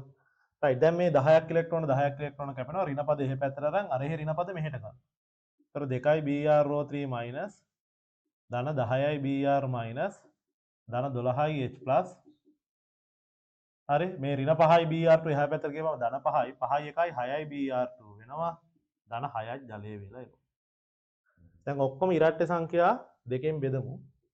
එතකොට BrO3 මයිනස් ධන 5යි Br මයිනස් ධන 6යි H+ කියලා එනවා. ඊට පස්සේ මේ පැත්තේ 3යි Br2 ධන 3ක් ජලය කියලා එනවා. ඔන්න එහෙනම් සමස්ත ප්‍රතික්‍රියාව. දැන් එහෙනම් ගැළපෙන උත්තරයක් ගත්තම අංක 3 ගැළපෙනවා. විභවයට 0.46 ගැළපෙනවා. උවමාරු වන ඉලෙක්ට්‍රෝන ගාන 10ක් කියලා තමයි ගන්න ඕනේ. මොකද අපි මේක 10ට තමයි බැලන්ස් කරේ. පස්සේ මේක දෙකෙන් බෙදනවා කියන්නේ ඒ ප්‍රතික්‍රියාව තුලිත වෙන්න වෙච්ච වැඩක්. එහෙම නැත්නම් සමස්ත ප්‍රතික්‍රියා දෙක බලද්දි මෙතන ඉලෙක්ට්‍රෝන දෙකක් වුණාට අරයට බැලන්ස් වෙන්න 10ක් වෙන්න 5න් වැඩි වුණා. මෙයා දෙකෙන් වැඩි වෙලා ඉලෙක්ට්‍රෝන 10ක් තමයි දෙපැත්තට හොමාරු වුනේ. හරි 5ක් කියලා ගත්තොත් එහෙම වරදිනවා. එතකොට එහෙම භාග ඉලෙක්ට්‍රෝන යන්නේ නැහැනේ. සමස්ත ඉලෙක්ට්‍රෝන ගානම 10ක් කියලා තමයි සලකන්න ඕනේ. හරිනේ රයිට්. එහෙනම් උත්තරේ 3 තමයි වඩාත් නිවැරදි වෙන්නේ. හරි බලන්න 26 වෙනි ප්‍රශ්නේ දාමු. පහළ සඳහන් ඔක්සිහරණ ඔක්සිකරණ යුග්ම ඒ වාගේ ඔක්සිහරණ විභවයේ අඩු වන පිළිවෙලට තියෙනවා. දැන් ඔක ගොඩක් අයට වරදින්න ඇති. මොකද අපි සාමාන්‍යයෙන් මේ නෝට් එකේ දෙනකොටත් දෙන්නේ ඔක්සිහරණ විභවයේ වැඩි වෙන පිළිවෙලටනේ. අඩු එකේ ඉඳන් වැඩි වෙන පිළිවෙලට තමයි අපි අර ශ්‍රේණිය දෙනකොට දෙන්නේ. හැබැයි දැන් මෙතන දීලා තියෙන්නේ ඔක්සිහරණ විභවයේ අඩු වෙන පිළිවෙලට. ඒ කියන්නේ උඩට යන පිළිවෙලට තමයි දීලා තියෙන්නේ. ඒතර කෙනෙක්ට පැටලෙන්න පුළුවන්. ඒතර අපි දන්නවා සාමාන්‍යයෙන් එතකොට දැන් ඔක්සිහරණ විභවය අඩු වෙන්න එයාගේ ඔක්සිහරණ විභවය අඩු වෙනකොට ඔක්සිකරණය වීම වැඩි වෙනවා. ඔක්සිකරණය වීම වැඩි වෙනවා. ඔක්සිහරණ විභවය අඩු වෙනකොට ඔක්සිකරණය වීම වැඩි වෙනවා. එහෙනම් ඕකේ පල්ලෙහැම්ම ඒ කියන්නේ අන්තිමට ඉන්න කට්ටියක තමයි ඔක්සිකරණය වීම වැඩිම වෙන්නේ. මුලින් ඉන්න කට්ටිය ඔක්සිහරණය වීම තමයි වැඩි වෙන්නේ. රයිට්. එතකොට දැන් අපි බලුවොත් පළවෙනි එක සිංක් සහ කැඩ්මියම් 2+. එතකොට සිංක් ඉන්නේ පස්සේ ඉන්නේ කැඩ්මියම්ට වඩා. එහෙනම් සිංක් ඔක්සිකරණය වෙන්න පුළුවන්. කැඩ්මියම් 2+ ඔක්සිහරණය වෙන්න පුළුවන්. රයිට්. එක අවුලක් නැහැ. ඊට පස්සේ ඇලුමිනියම් සහ Br2. ඇලුමිනියම් ඉන්නේ පිටිපස්සේ ඉන්නේ. ඒ කියන්නේ පල්ලෙහාට ඔක්සිහරණ විභවය අඩුයිනේ. එහෙනම් ඇලුමිනියම් ඔක්සිකරණය වෙන්න පුළුවන්. Br2 ඊට කලින් ඉන්නේ. Br2 ඔක්සිහරණය වෙන්න පුළුවන්. ඒකත් හරි. 3 H2 සහ O2. H2 ඉන්නේ මොකද වෙන්නේ? H2 ඉන්නේ පස්සේ O2 ඉන්නේ මුලින්. එහෙනම් ඒකත් වෙන්න පුළුවන්. 4 H2 සහ I2. H2ට කලින් තමයි I2 ඉන්නේ. එහෙනම් H2 ඔක්සිකරණය වෙනවා. පස්සේ ඉන්න කෙනා කලින් ඉන්න කෙනා අර දීලා තියෙන ශ්‍රේණිය. අපිට දීලා තියෙන පිළිවෙලේ කලින් ඉන්න කෙනා තමයි ඔක්සිහරණය වෙන්නේ. මොකද ඔක්සිහරණ විභවයේ වැඩි කෙනානේ මුලින් ඉන්නේ. වැඩි කෙනා තමයි හැමදෙස්සෙම ඔක්සිහරණය වෙන්නේ. ඔක්සිහරණ විභවයේ අඩු කෙනා තමයි ඔක්සිකරණය වෙන්නේ. එහෙම මතක තියාගන්න. බෑ පස්වෙනි උත්තරේ බලන්න ඇලුමිනියම් සහ Fe ගත්තම ඇලුමිනියම් 3+ ඔක්සිහරණය වෙලා Fe ඔක්සිකරණය වෙලා ඒක වෙන්න බෑ. මොකද උතන බතපුවාම අපිට තේරෙනවා Fe කියන කෙනාට වඩා ඇලුමිනියම්ගේ ඔක්සිහරණ විභවය අඩුයි. ඒතර ඔක්සිහරණ විභවය අඩු කෙනා කරණය තමයි වෙන්න ඕනේ. එහෙනම් පහ කියන එක දීලා තියෙන විදිහ වැරදි කියලා තමයි ගන්න වෙන්නේ. හරි ඒක ගැලපෙන්නේ නැහැ. හරි බලන්න 27 වෙනියා X සහ Y C4යි H8යි O2යි O2ක් තියෙනවා කියන්නේ ඒක කාබොක්සිලික් අම්ලයක් වෙන්නත් පුළුවන් එහෙම නැත්නම් එස්ටරයක් වෙන්නත් පුළුවන්. හරි බලමු කියලා තියෙන විස්තර අනුව OH කාණ්ඩ දෙකක් තියෙන්නවත් පුළුවන්. හරි මොකක්ද දන්නේ නැහැ බලමු. ප්‍රතිකාරක තුනක් සමග ප්‍රතික්‍රියා කරනකොට ලැබෙන නිරීක්ෂණ පහත වගුවේ දක්වා ඇත. පළවෙනි එක සෝඩියම් ලෝහය දාපුවහම වායුවක් පිට වෙනවා. සෝඩියම් එක්ක වායු පිට කරන කට්ටිය ගොඩක් ඉන්නවනේ. ආම්ලික ඇල්කයිනස් සෝඩියම් එක්ක වායු පිට කරනවා. ඇල්කොහොලත් සෝඩියම් එක්ක වායු පිට කරනවා. ඊට පස්සේ කට්ටිය කොහොමද ඉතින් වෙනවනේ ෆීනෝලුත් කොහොමත් වෙනවා. කාබොක්සිලික් අම්ලත් කොහොමත් සෝඩියම් එක්ක වායු පිට කරනවා. right 2,4-DNP අවක්ෂේපයක් නෑ. දැන් 2,4-DNP දාලා අපි අඳුරගන්නේ කවුද? ඇල්ඩිහයිඩ් හෝ කීටෝන. එතකොට 2,4-DNP එකේ එක්ස් අවක්ෂේපයක් නෑ කියන්නේ ඇල්ඩිහයිඩයක් හරි කීටෝනයක් හරි නෙවෙයි කියලා තමයි ඔය කියන්නේ. එහෙනම් එක්ස් ඇල්ඩිහයිඩයක් කීටෝනයක් වෙන්න බෑ. Br2 ජලය දාපුවම විවරණ වෙනවා. අපි දන්නවා සංතෘප්තතාවය පරීක්ෂණයේදී කාබන් පරමාණු අතර ෆයි බන්ධන තියෙනවා නම් තමයි බ්‍රෝමින් ජලය දාද්දී බ්‍රෝමින් වල වර්ණය මොනවා වෙන්නේද? විවරණ වෙන්නේ. ඇයි මේ ෆයි බන්ධන කැඩිලා Br සම්බන්ධ වෙනවනේ. එතකොට බ්‍රෝමින් වල තියෙන වර්ණය නැති වෙලා යනවා. ඇල්කීන එකට ඇල්කයින් එකට නැත්නම් කාබන් පරමාණු අතර ෆයි බන්ධන තිබ්බම Br2 ජලය දාපුවාම පාට නැති වෙලා යනවා. right එහෙනම් x ට ගැලපෙන උත්තරේ මේ කාණ්ඩ වලින් එකක් ඉන්න ඕනේ. ඇල්ඩිහයිඩ් කීටෝන වෙන්න බෑ. ෆයි බන්ධන තියෙන්න ඕනේ. එහෙනම් උත්තරේ එක ගැලපෙන්නේ නැහැ. එකේ ෆයි බන්ධන නැහැ. ඊට පස්සේ උත්තරේ 3 ගැලපෙන්නේ නැහැ 5 බන්ධන නැහැ x ගේ 4 ගැලපෙන්නේ නැහැ 5 ගැලපෙනවා එහෙනම් 2 හෝ 5 තමයි උත්තර වලට ගන්න වෙන්නේ මේ 2 හෝ 5 ගන්න වෙන්නේ උත්තර වලට හරි බලමු අපි දැන් y ට නිරීක්ෂණ වායුවක් පිට වෙනවා එහෙනම් මේ වලින් එකක් වර්ණවත් අවක්ෂේපයක් ලැබෙනවා 2,4-DNB ඒ කියන්නේ ඇල්ඩිහයිඩයක් හරි කීටෝනයක් හරි වෙන්න ඕනේ බ්‍රෝමීන් ජලය දාපුවම ප්‍රතික්‍රියාවක් නැහැ කියන්නේ මේක සංතෘප්තයි ඒ කියන්නේ 5 බන්ධන කාබන් පරමාණු අතර නැහැ එහෙනම් 2 හෝ 5න් මොකද වෙන්නේ ඇල්ඩිහයිඩයක් හරි කීටෝනයක් හරි වෙන්න ඕනි හින්දා පහ උත්තරේ ගැලපෙන්නේ නැහැ පහ කාබොක්සිලික් අම්ලයක් y ට තියෙන්නේ එහෙනම් කීටෝනයක් තියෙනවා උත්තරේ අංක 2 හරි y ට එහෙනම් ගැලපෙන උත්තරේ අංක 2 රයිට් අර ඕගනික් වල හඳුනා ගැනීමේ පරීක්ෂණ වලින් තමයි ඒ ගාන අපිට හදාගන්න වෙන්නේ රයිට් හරි බලන්න 28 ඊළ පස්සේ 28 වෙනි ගාන බලන්න ඊට පස්සේ රයිට් ඔය හැමදාම අහන ඔය මේ කවුද අස්සෙන් ඒ කියන්නේ මොකද්ද ප්‍රතිඵල සංශුද්ධතාවය පිළිබඳව ප්‍රශ්නයක් තමයි තියෙන්නේ 2 mni2 ප්‍රතිශත සංශුද්ධතාවය ධන 13යි f2 වලින් 2 mnf ධන ප්‍රතික්‍රියාවට වැඩක් නැහැ අපිට 4යි if5 right දැන් අපිට මොකද්ද කියන්නේ mni ආරම්භක මවුල කියලා අපි වගුව දාගමු ආරම්භක මවුල යටතේ තියෙනවා කීයක්ද mni 0.1 මවුල තියෙනවා 0.1 මවුල තියෙනවා f2 වැඩිපුර අන්න මෙයා වැඩිපුර ඉන්නේ එහෙනම් කිසි කතාවක් නැහැ වෙන්න මෙයා තමයි මොනකාරී කෙනාද සීමාකාරී කෙනා ඇයි වැඩිපුර ඉන්නවා නම් එයා අනිවාර්යෙන් ඉවර වෙලා අනික මොනවා වෙනවද ඉතුරු වෙනවා රයිට් එහෙනම් සීමාකාරී කෙනා කවුද සීමාකාරී කෙනා mni2 හරි රයිට් එහෙනම් ආරම්භක මවුල එයා ක්‍රියා කළ මවුල රයිට් අනිවාර්යෙන් මෙයා දශමයක ඉවර වෙනවා 0.1 කියලා ඉවර වෙනවා අපෙන් අහන්නේ මොකද්ද ලැබෙන mnf3 ගේ මෙතන 3 කියලා තියෙනවා හරි කමන්නේ mnf3 ගේ තමයි අහන්නේ එහෙනම් කෙලින්ම 2ට 2 අනුපාතයෙන් නම් මෙයාත් දශම එකක්ම හැදෙනවා මෙතන අනුපාතය 2ට 2යි ඉන්නේ 2ට 2යි නම් එයා දශම එකක් හැදෙනවා ප්‍රතිශත S1 180ක් නම් ලැබෙන mnf3 ගේ ස්කන්ධය කීයද කියලා අහලා තියෙනවා 180යි අස්වැන්න 180යි ලැබෙන්නේ ලැබුණ ස්කන්ධය බෙදීම සෛද්ධාන්තික ස්කන්ධයේ යටට 100න් වැඩි කරනවා. දැන් ලැබුණ ස්කන්ධය කියන්නේ කෙලින්ම ස්ටොයිකියෝමිතියට අනුව ලැබෙන ගානනේ. ඒ ස්ටොයිකියෝමිතියට අනුව මෙයාගේ දශම එකක් ලැබෙන්න ඕනේ. මවුලනේ. මවුල තමයි දශම එකක්. මෙහෙම ඒකක දාන්න ඕනේ MCQ හදනකොට මම මේ තේරෙන්න ලියන්න. ඊළඟට MnF3 ගේ මොන ස්කන්ධයෙන් වැඩි කරන්න ඕනේද? මෞලික ස්කන්ධයෙන් වැඩි කරන්න ඕනේ. MnF3 ගේ මෞලික ස්කන්ධයෙන් වැඩි කරලා ගන්න. MnF3 ගේ මෞලික ස්කන්ධය 112ක් වගේ ඊවට හදලා බලපුවා.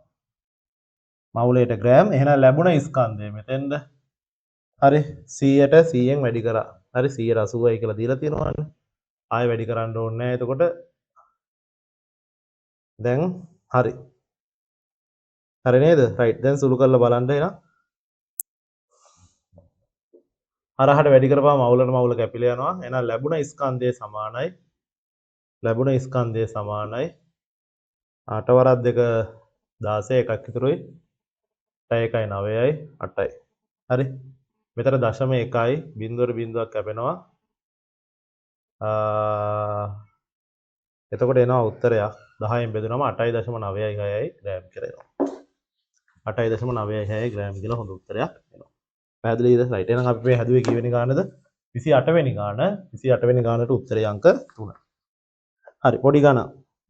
රයිට් බලමු අපි එන ඊළඟට 29 වෙනි ගාන.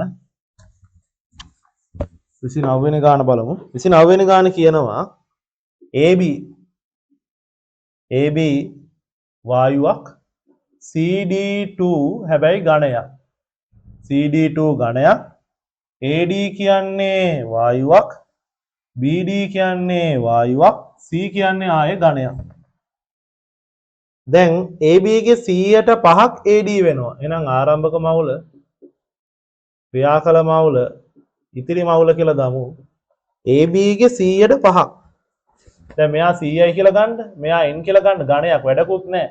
මෙයාලා නැහැ කියලා හිතන්න ආරම්භයේදී 100ට 5ක් 100ක් හිටියා නම් 5ක් ඉවර වෙනවා. ඒ කියන්නේ 95ක් ඉතුරුයි කියන එකනේ. ඒතර මෙයාලා හැදෙන ගණන් මෙයා කෙලින්ම 1:1 අනුපාතයෙන් 5ක් හැදෙනවා. මෙයා කෙලින්ම 1:1 අනුපාතයෙන් 5ක් හැදෙනවා. මෙයා අදාළ නැහැ. ඇයි? අදාළ නැත්තේ එයා ඝණයක් තියෙනවා. රයිට් අපි වායු ටික විතරක් සලකමු. මෙයා 5යි මෙයා 5යි. සමතුලිතතාවයේදී Kp කීයටද සමාන වෙන්නේ කියලා අහලා තියෙනවා. දැන් Kp ගන්නකොට PAB කියන්නේ මොකද්ද? මුළු පීඩනය වැඩි කිරීම මවුල භාගය 95යි 5යි 100යි 5යි 105යි 105න් 95යි. මෙයා PAD මුළු පීඩනයෙන් මුළු මවුල ගාන 105යි 105න් 5යි. මෙයාත් ඒ ගානමයි දෙන්න එක හා සමානයිනේ. PBD සමානයි ඒ ගානම තමයි. 105න් 5යි කියලා ගන්න වෙන්නේ. දැන් අපි දාමු KP ප්‍රකාශනයට සමානයි PAD වතාවක් PBD බෙදීම PAB. එහෙනම් KP සමානයි. දැන් මේක සුළු කරපුවාම මෙතන PT මුළු පීඩනයෙන් 105න් 5යි. අනිත් එක්කනත් මුළු පීඩනයෙන් 105න් 5යි. අනිත් එක්කනා මුළු පීඩනයෙන් 105න් 95යි. 105ට 105 කැපිලා යනවා. P ට P කැපිලා යනවා. KP සමානයි. KP සමානයි මේ ටික සුළු කරන්න 5 5 25යි මුළු පීඩනය වැඩි කිරීම මුළු පීඩනය 10යි කියලා දීලා තියෙනවා ලේසියෙන් මුළු පීඩනය 10යි ATM වැඩි කිරීම 25 බෙදීම 95 යටට එනවා 105ත් යටට එනවා පහේ චක්‍රයෙන් කපපුවාම KP සමානයි 5 5යි 5 21යි 5 2යි 5 19 දෙවරක් 5 10යි 19 බෙදීම 19 වැඩි කිරීම 21යි ATM කියලා එනවා හරිනේ right ඒකකයේ KP ATM නැතුව තියෙන්නේ උත්තරේ අංක 2 තමයි වඩාත් ගැළපෙන උත්තරේ හරි ඊකේ පස්සේ බලන්න එහෙනම් දී ඇති උෂ්ණත්වයක PQ සමතුලිත ප්‍රතික්‍රියාවක් කාලය සමග ඉදිරි සහ පසු ප්‍රතික්‍රියාවල වේගයන්ගේ සිදුවන වෙනස් වීම පහත සටහනේ දක්වයි. P ගේ යම් ප්‍රමාණයක් එකතු කළ විට දැන් P කියන්නේ මොකද්ද? P කියන්නේ ප්‍රතික්‍රියාවට අනුව ප්‍රතික්‍රියකයක්නේ. ප්‍රතික්‍රියකයක යම් ප්‍රමාණයක් එකතු කරපුවාලා සමතුලිත වෙන්න ඉඩ හැරලපුවාම ඉදිරි ප්‍රතික්‍රියාවේ වේගය සිදුවන්නේ පහත කුමන සටහන අනුවද කියලා අහලා තියෙනවා. ඉදිරි ප්‍රතික්‍රියාවේ වේගය වෙනස් වන්නේ පහත සටහන් කුමන සටහන අනුවද කියලා අහලා තියෙනවා. දැන් මේන් අහගන්න. එතකොට දැන් ඉදිරි ප්‍රතික්‍රියාවේ වේගය මෙහෙම අඩු වෙනවා. පසු ප්‍රතික්‍රියාවේ වේගය මොනවා වෙනවද? වැඩි වෙලා සමතුලිත වෙලා තියෙනවානේ. සමතුලිත වෙලා තියෙනවා. දැන් අපිට මොකද වෙන්නේ? මේ දීලා තියෙන්නේ P ගේ යම් ප්‍රමාණයක් එකතු කරපුවාම ඉදිරි ප්‍රතික්‍රියාවේ වේගය වෙනස් වෙන පරිදි. දැන් P ගේ යම් ප්‍රමාණයක් එකතු කරපු ගමන් ඉදිරි ප්‍රතික්‍රියාවේ වේගය ක්ෂණිකව වැඩි වෙනවනේ. ඒ ක්ෂණිකව සාන්ද්‍රණය වැඩි වෙනවා. ක්ෂණිකව මේ ශීඝ්‍රතාවය වැඩි වෙනවා. වැඩි වෙලා මොකද වෙන්නේ? වැඩි වෙලා ඒක ක්‍රමයෙන් නැවත අඩු වෙනවා. ඒක ක්‍රමයෙන් නැවත මොනවා වෙනවද? අඩු වෙනවා. එතකොට පසු ප්‍රතික්‍රියාවට මොකද වෙන්නේ? පසු ප්‍රතික්‍රියාවට අදාළ වෙන්නේ Q ගේ ශීඝ්‍රතාවයට. දැන් පසු ප්‍රතික්‍රියාව කියන්නේ බෑක්වර්ඩ් කියන අදහසෙන් RB කියලා ගන්නවා. ඒතර RB සමාන වෙන්නේ KB වතාවක් Q ගේ සාන්ද්‍රණය මතනේ. කවුරුත් Q එකපාර වැඩි කරන්නේ නැහැ. ඒතර Q වැඩි වෙන්නේ ක්‍රමයෙන්. දැන් එකපාර වැඩි වෙන්නේ P එයා වැඩි වෙලා ක්‍රමයෙන් අඩු වෙනවා. Q ක්‍රමයෙන් සාන්ද්‍රණය වැඩි වෙනවා. ක්‍රමිකව සාන්ද්‍රණය වැඩි වෙනවා. මෙතන පෙළක් එකයිනේ. ක්‍රමිකව සාන්ද්‍රණය නම් ශීඝ්‍රතාවයත් ක්‍රමිකව මොනවා වෙන්න ඕනේද? වැඩි වෙන්න ඕනේ. වැඩි වෙලා එහෙනම් මෙතන තමයි දැන් තියෙන්නේ ක්‍රමිකව වැඩි වෙලා අරයට මොනවා වෙන්න ඕනේද? සමාන වෙන්න ඕනේ. රයිට් එහෙනම් මෙන්න මෙහෙම තියෙන ප්‍රස්ථාරයක් තමයි ගැලපෙන්නේ. ඒ කියන්නේ A හෝ B. A හෝ B තමයි ගැලපෙන්නේ. එතකොට ළමයි කහනවා ඇයි A වෙන්න බැරිද? දැන් ඔකට උත්තරේ B කියලා තමයි ගන්න වෙන්නේ.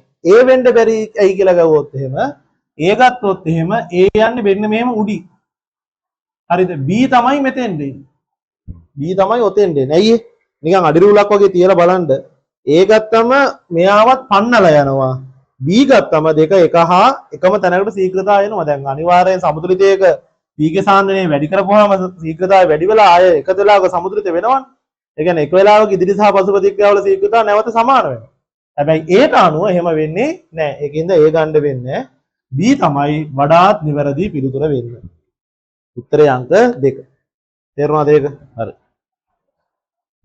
දැන් බලන්න ඊට පස්සේ 31 ඉඳන් ABCD ප්‍රශ්න වලට උත්තර ගන්න ඔයාලා දැන් ඉතින් පේපර් කරන කට්ටිය ඕනි තරම් දන්නවා කෙමිස්ට්‍රි වල 31 ඉඳන් 40 දක්වා කොහොමද උත්තර ගන්න කියලා. හරි ඒක මම ආයෙ අල්පයෙන් පැහැදිලි කරන්න දෙයක් නැහැනේ. හරි උපදේශ සම්පීඩනයකුත් දීලා තියෙනවා. 1 2 3 4 5 තෝරගන්න හැටි. රයිට් බලමු 31 ඉඳන් 31 බ්‍රෝම බෙන්සීන් සාන්ඩ් HNO3 සාන්ඩ් H2SO4 සමග සිදුවන නයිට්‍රෝකරණයේ යන්ත්‍රණයේ සලකන්න. ප්‍රතික්‍රියාවේ සිදුවන විටදී සෑදෙන අයන සම්බන්ධව පහත කුමන ව්‍යුහය මගින් නිරූපණය වන්නේද? කවුද හරි ව්‍යුහ කියලා අහලා තියෙන්නේ? හරි ව්‍යුහ කවුද කියලා අහලා තියෙන්නේ? හරිනේ? බ්‍රෝමෝ බෙන්සීන් කියන්නේ මෙන්න මෙහෙමනේ. බ්‍රෝමීන්ට බෙන්සීන් තියෙනවා. මෙයා නයිට්‍රෝකරණයේදී අපි දන්නවා බ්‍රෝමීන් කියන කට්ටිය ක්‍රියා කරන්නේ මොන කාර වුණාටද? වික්‍රියාකාර වුණාට හැලජන වලින් කරන්නේ ඕතොපැරායමුකරණයක්නේ. හැලජන වලින් කරන්න ඕනේ ඕතොපැරායමුකරණය. ඒකින්ද දැන් ඊළඟ වෙලාවේ NO2 කාණ්ඩේ සෙට් වෙන්නේ මෙයාට හෝ මෙයාට. දැන් අපි හිතමු ඊළඟ පාර මෙතෙන්ට සෙට් වුණා කියලා. මෙතෙන්ට සෙට් වෙනකොට මෙතන BR හෙලවෙන්නේ නැහැ. මේවා හෙලවෙන්නේත් නැහැ. හරිද? මෙතෙන්ට සෙට් වෙලා NO2 මේ හයිඩ්‍රජන් එක්ක ඉන්නවනේ. ඒතර ෆයි බන්ධනයේ මෙහෙට කැඩෙනවා. ඒතර මෙයාට එනවා මොන ආරෝපණයක්ද? ධන ආරෝපණය. ඊළඟට මොකද වෙන්නේ? ඊළඟ වෙලාවේදී හරි ඊළඟ වෙලාවේදී මොකක් වෙනවද? NO2 මෙතන හයිඩ්‍රජන් එක්ක ඉන්නවා. ෆයි බන්ධන මෙතෙන් මාරු වෙලවා. මෙයා මෙතෙන් එනවා මේක මෙතෙන් මෙයාට ධනාරෝපණයක් කියලා එනවා මේ BR මෙහෙම තියෙනවා. ඊළඟ වෙලාවේදී මේක මෙතෙන් මාරු වෙනවා. හරි මේක මෙතෙන් මාරු වෙනවා. මාරු වෙලා BR NO2 කියලා තියෙනවා. තේරුණාද? ඔන්න ඔහම ෆයි බන්ධන මාරු වෙවි යනවා. එතකොට හරි රයිට් හයිඩ්‍රජන් එක්ක NO2 ඉන්නවා. දැන් ඕකේ වෙන්න බැරි ඒවා තේරුවොත් එහෙම ඒ වෙන්න පුළුවන් ඒ වල වෙලා තියෙන ඕතෝ යොමුකරණයක්. B වල වෙලා තියෙන්නේ මෙටා යොමුකරණයක්. මෙටා යොමුකරණයක් වෙන්න බෑ. එහෙම ගන්න පුළුවන් උත්තර ටික ක්ලේසියෙන්. C වල වෙලා තියෙන්නේ එතෙන්නම සෙට් වෙලා වෙන්නත් බෑනේ. D වල වෙලා තියෙන්නේ මොන යොමුකරණයක්ද? පැරා යොමුකරණයක්. පැරා යොමුකරණයක් නම් ඒක සිද්ධ වෙන්න පුළුවන්. හරි. පැරා යොමුකරණයක් නම් ඒක සිද්ධ වෙන්න පුළුවන්. යන්ත්‍රණ අදින්න ඕනිත් නෑ. එකපාරම තේරුම් ගන්න පුළුවන්. එහෙනම් හැලජන වලින් කරන්නේ බෙන්සීන් සම්බන්ධව හිටපුවාම ඕතෝ පැරා යොමුකරණ මෙටා යොමුකරණ හෝ එතෙන්නම සම්බන්ධ වෙන්න ඕනේ නෑ. රයිට්? එහෙම ගන්න පුළුවන්. අර කාය අදින්න ඕනේ නෑ ව්‍යුහ ටික. එහෙනම් උත්තරේ අංක 4 වෙන්න පුළුවන් වෙන්නේ A සහ D. හරි? A සහ D. 32 බලන්න දී ඇති උෂ්ණත්වයකදී දෘಢ සංයුත බඳුනක් තුළ පහත සමතුලිතතාවයන් පවතී. පහත සඳහන් කුමන ප්‍රකාශයේ මගින් මෙම පද්ධතිය සඳහා නිවැරදි වේද කියලා අහලා තියෙනවා. හරි. දැන් ප්‍රතික්‍රියාව බලපුවම මේක මොකද වෙන්නේ? තාපදායකයිනේ. CO වායු ධන 2යි O2 වායු වලින් හැදෙනවා 2යි CO2 වායු. මේක ඩෙල්ටා H කුඩායි බිඳුවයි. එම උෂ්ණත්වයේදී වැඩිපුර CO2 එකතු කිරීමේදී CO ප්‍රමාණය වැඩි වීමත් සමග සමතුලිතතා නියතය වෙනස් වේ. දැන් හොඳට මතක තියාගන්න පොයින්ට් එකක් තියෙනවා තමයි අපි දැනගෙන තියෙනවා සමතුලිතතා නියත රඳා පවතින්නේ උෂ්ණත්ව මත පමණයි. උෂ්ණත්ව මත පමණයි රඳා පවතින්නේ. අපි ඒවා උගන්වනවා ලේ චැට්ලියේ මූල ධර්මයේ. උෂ්ණත්වයේ මත පමණක් රඳා පවතින. සමතුලිතතා නියත රඳා පවතින්නේ කවුරු මත විතරයිද? උෂ්ණත්ව මත පමණයි. එහෙනම් දැන් මෙයාගේ කියන්නේ මොකද්ද? සාන්ද්‍රණයක වැඩි කරනකොට නියත වෙනස් වෙනවා කියලානේ. ඒක ජීවිතේට වෙන්න බෑ. ඒ වැරදි. පද්ධතියේ උෂ්ණත්වය වැඩි කරද්දී CO ප්‍රමාණය වැඩි වෙනවලුද? උෂ්ණත්වය වැඩි කරද්දී CO වැඩි වෙන්නේ කොහොමද? දැන් මෙන්න මෙච්චරයි දැනගන්න ඕනි ඔයාලා. ලොකුවට තේරුම් ගන්න ඕනේ නැහැ. උෂ්ණත්වය වැඩි කරද්දී ඒ වැඩි වෙන උෂ්ණත්වය අඩු කරගන්න බෑ. අඩු වෙන්න නම් වැඩි වෙන තාපය උරා ගන්න ක්‍රියාවලියක් සිද්ධ වෙන්න ඕන. ඒ කියන්නේ උෂ්ණත්වය වැඩි වෙනවා කියලා තාප අවශෝෂක ක්‍රියාවලිය දෙසට තමයි නැඹුරු වෙන්නේ. තාප අවශෝෂක ක්‍රියාවලිය දෙසට මොනවා වෙනවද? නැඹුරු වෙනවා. උෂ්ණත්වය වැඩි කරද්දී තාපය වැඩි වෙනවා. තාපය වැඩි වෙනකොට ඒ වැඩි වෙන තාපය ඉවත් කරන්න නම් තාප අවශෝෂක ක්‍රියාවලිය දෙසට මොනවා වෙන්න ඕනේද?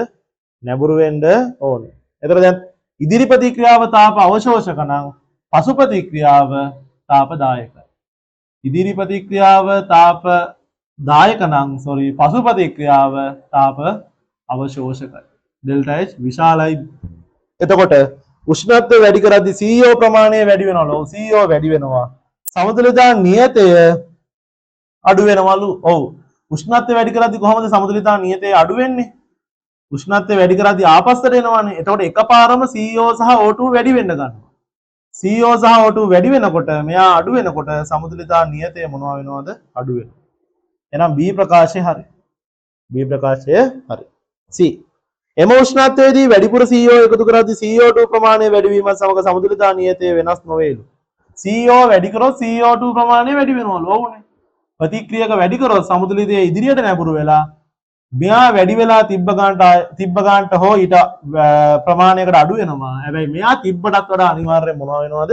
වැඩි වෙනවා. මොකද සාන්දනයක් ප්‍රතික්‍රියක සාන්දනයක් වැඩි කරපු වහාම ඉදිරියට නැඹුරු වෙලා මේවා වැඩි කරනවා. එහෙනම් C හරි. D. එම උෂ්ණත්වයේදී වැඩිපුර CO2 එකතු කරද්දී O2 ප්‍රමාණය වැඩි වීමත් සමග සමතුලිතතා නියතය වැඩි වේලු. ආයෙත් අර කතන්දරනේ. සාන්දන වෙනස් කරලා සමතුලිතතා නියත වෙනස් කරන්න බෑ. ඒවා කෙලින්ම ගන්න. හරි ලොකුවට තර්ක කරන්න ඕනේ නෑ. හරි එහෙනම් A D වැරදි B C හරි. උත්තරේ 2. 32ට 2. හරිනේ? රයිට්. 33 බලන්න පහත් සඳහන් කාර්මික ක්‍රියාවලීන් හා සම්බන්ධ වේ ඒවා අතරින් කුමන ප්‍රකාශ නිවැරදි වේද? හේබබොරොස් ක්‍රියාවලිය මගින් ඇමෝනියා නිෂ්පාදනයේදී උත්ප්‍රේරකයක් අවශ්‍ය නොවේලු නේ. අපි දන්නා ඇමෝනියා නිෂ්පාදනයේදී උත්ප්‍රේරක ගන්නවනේ යකඩ කුඩු උත්ප්‍රේරකයක් විදිහට ගන්න උත්ප්‍රේරක වර්ධකත් ගන්නවනේ. හරි. වැරදි එහෙනම්. ඒ වැරදි. සබන් පිරිපහදු කිරීමේදී සිට්‍රික් අම්ලය භාවිතා කරයි. සබන් පිරිපහදු කරද්දී සිට්‍රික් අම්ලය ගන්නවද? ඔව්. ඇයි සිට්‍රික් අම්ලය දාලා මොනවද? අර බාෂ්මිකතාවයන් මගහරවා ගන්න සබන් පිරිපහදු කිරීමේදී සිට්‍රික් අම්ලය භාවිතා කරනවා.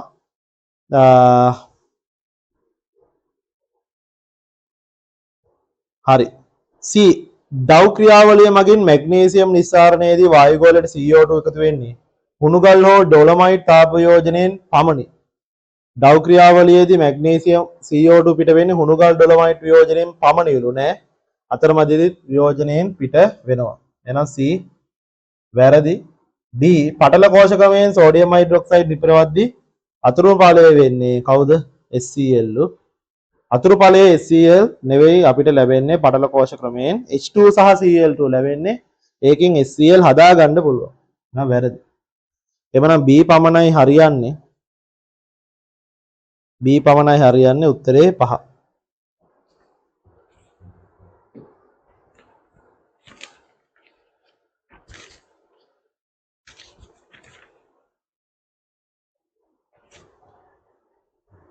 තිස් 4 බලන්න.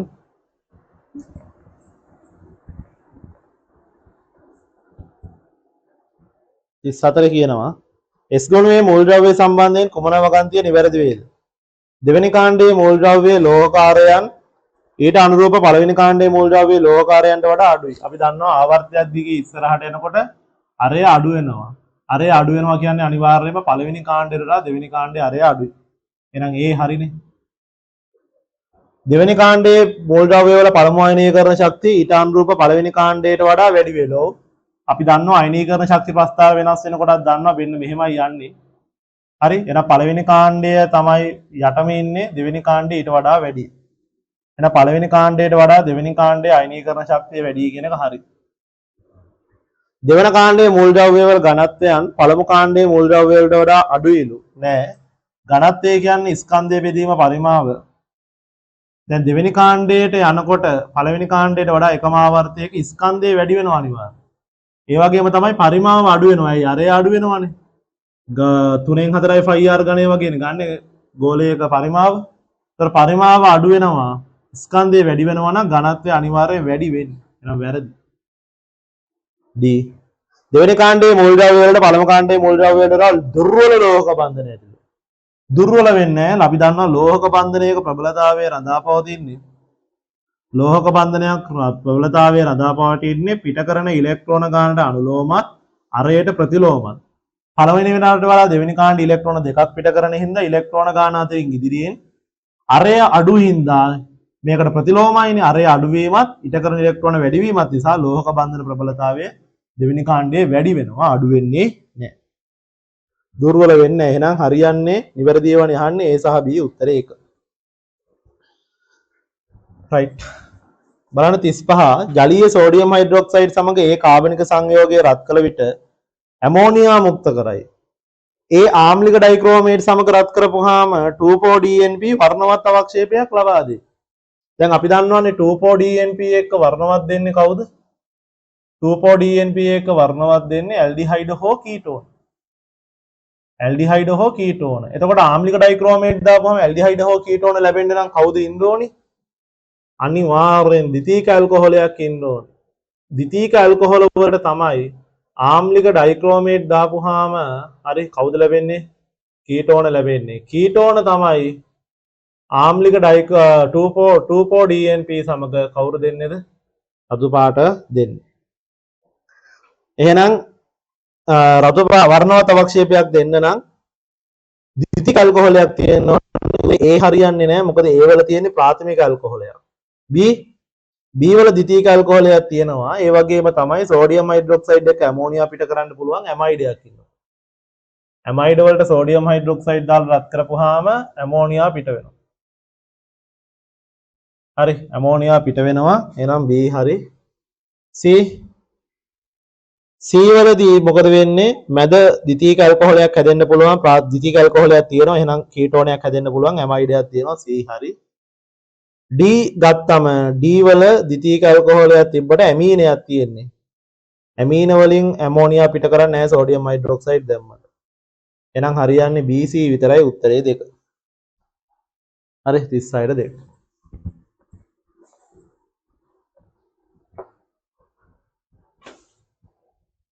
ඊට පස්සේ බලන්න 35ට 2 36 ඔන්න ඔය ප්‍රස්තාර පොඩ්ඩක් හරියට තේරුම් ගන්න ඕනි.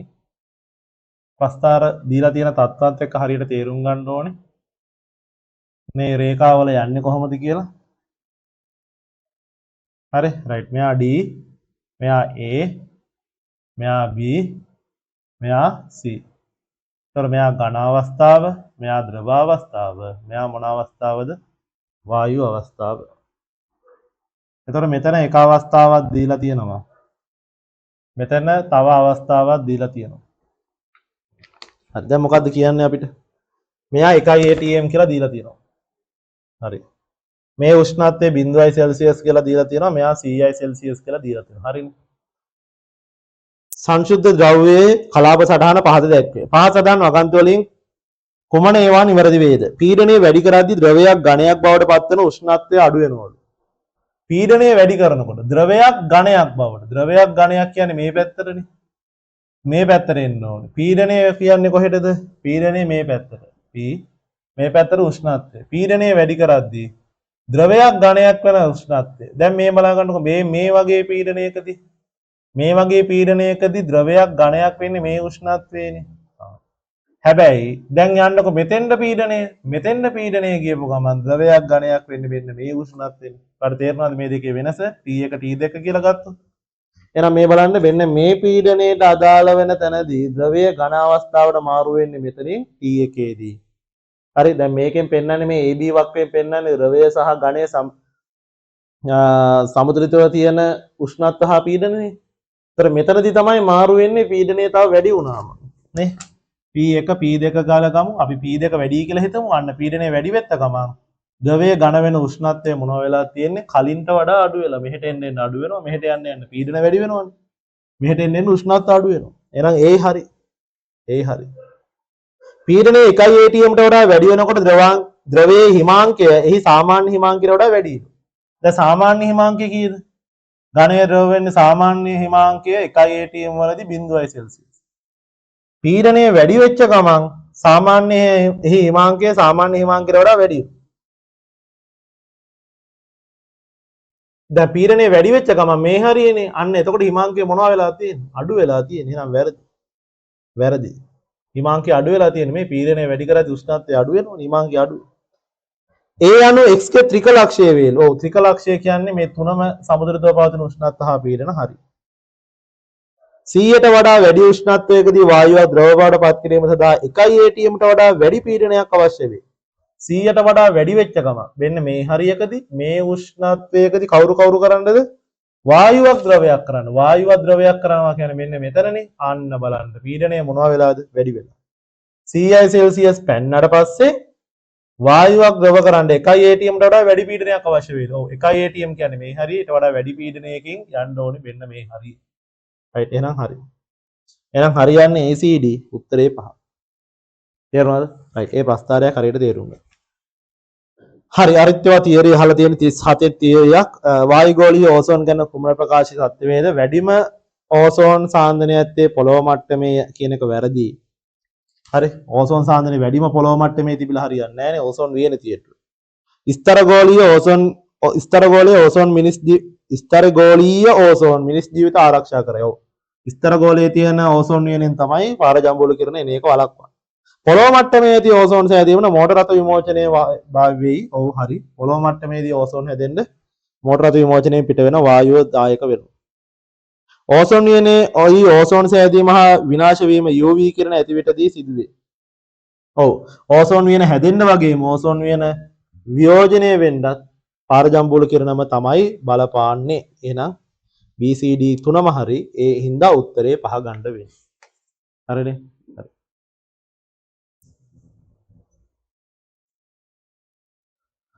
right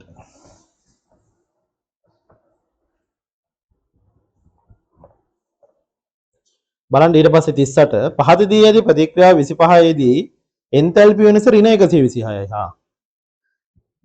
Na2O2 දෙන ලද ප්‍රමාණයකට වැඩිපුර ජලය දාද්දී එන්තැල්පි වෙනස පිළිබඳව ඔයාලා මොකද කියන්නේ කියලා අහලා තියෙනවා. ওই ප්‍රතික්‍රියාව එක ගැටලුවක් තියෙනවා. ওই ප්‍රතික්‍රියාව බැලන්ස් නැති එකක්. මොකද සෝඩියම්ලා 4යි අර පැත්තේ සෝඩියම්ලා දෙන්නයි ඉන්නේ. හරි. බැලන්ස් නැති කෑල්ල පොඩ්ඩක් අමතක කරලා වගේ හිතුවොත් බලමු අපි මොකද්ද ගන්න වෙන්නේ කියලා.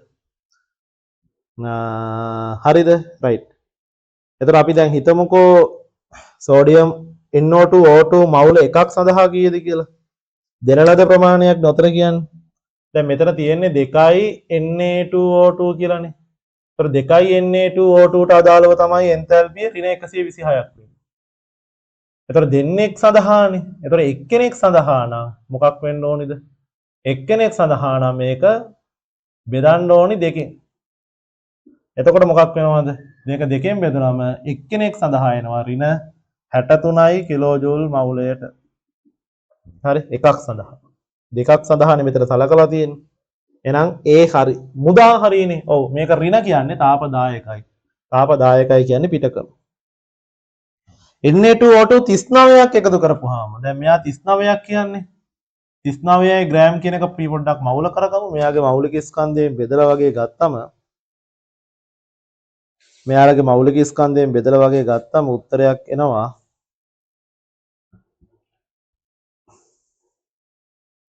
0.5ක් වගේ.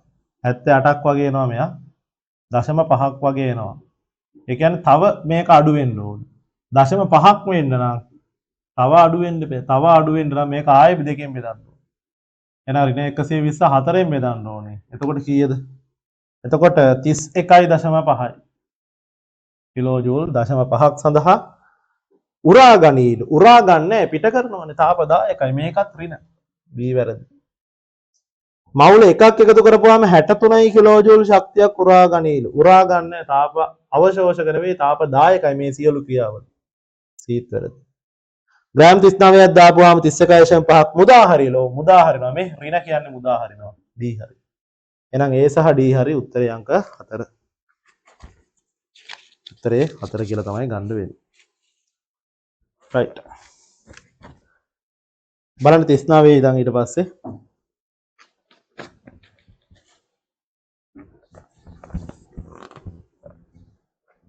හයිඩ්‍රජන් හේලයිඩ් සම්බන්ධව පහත් සඳහන් කුමන ප්‍රකාශ නිවැරදි වේද?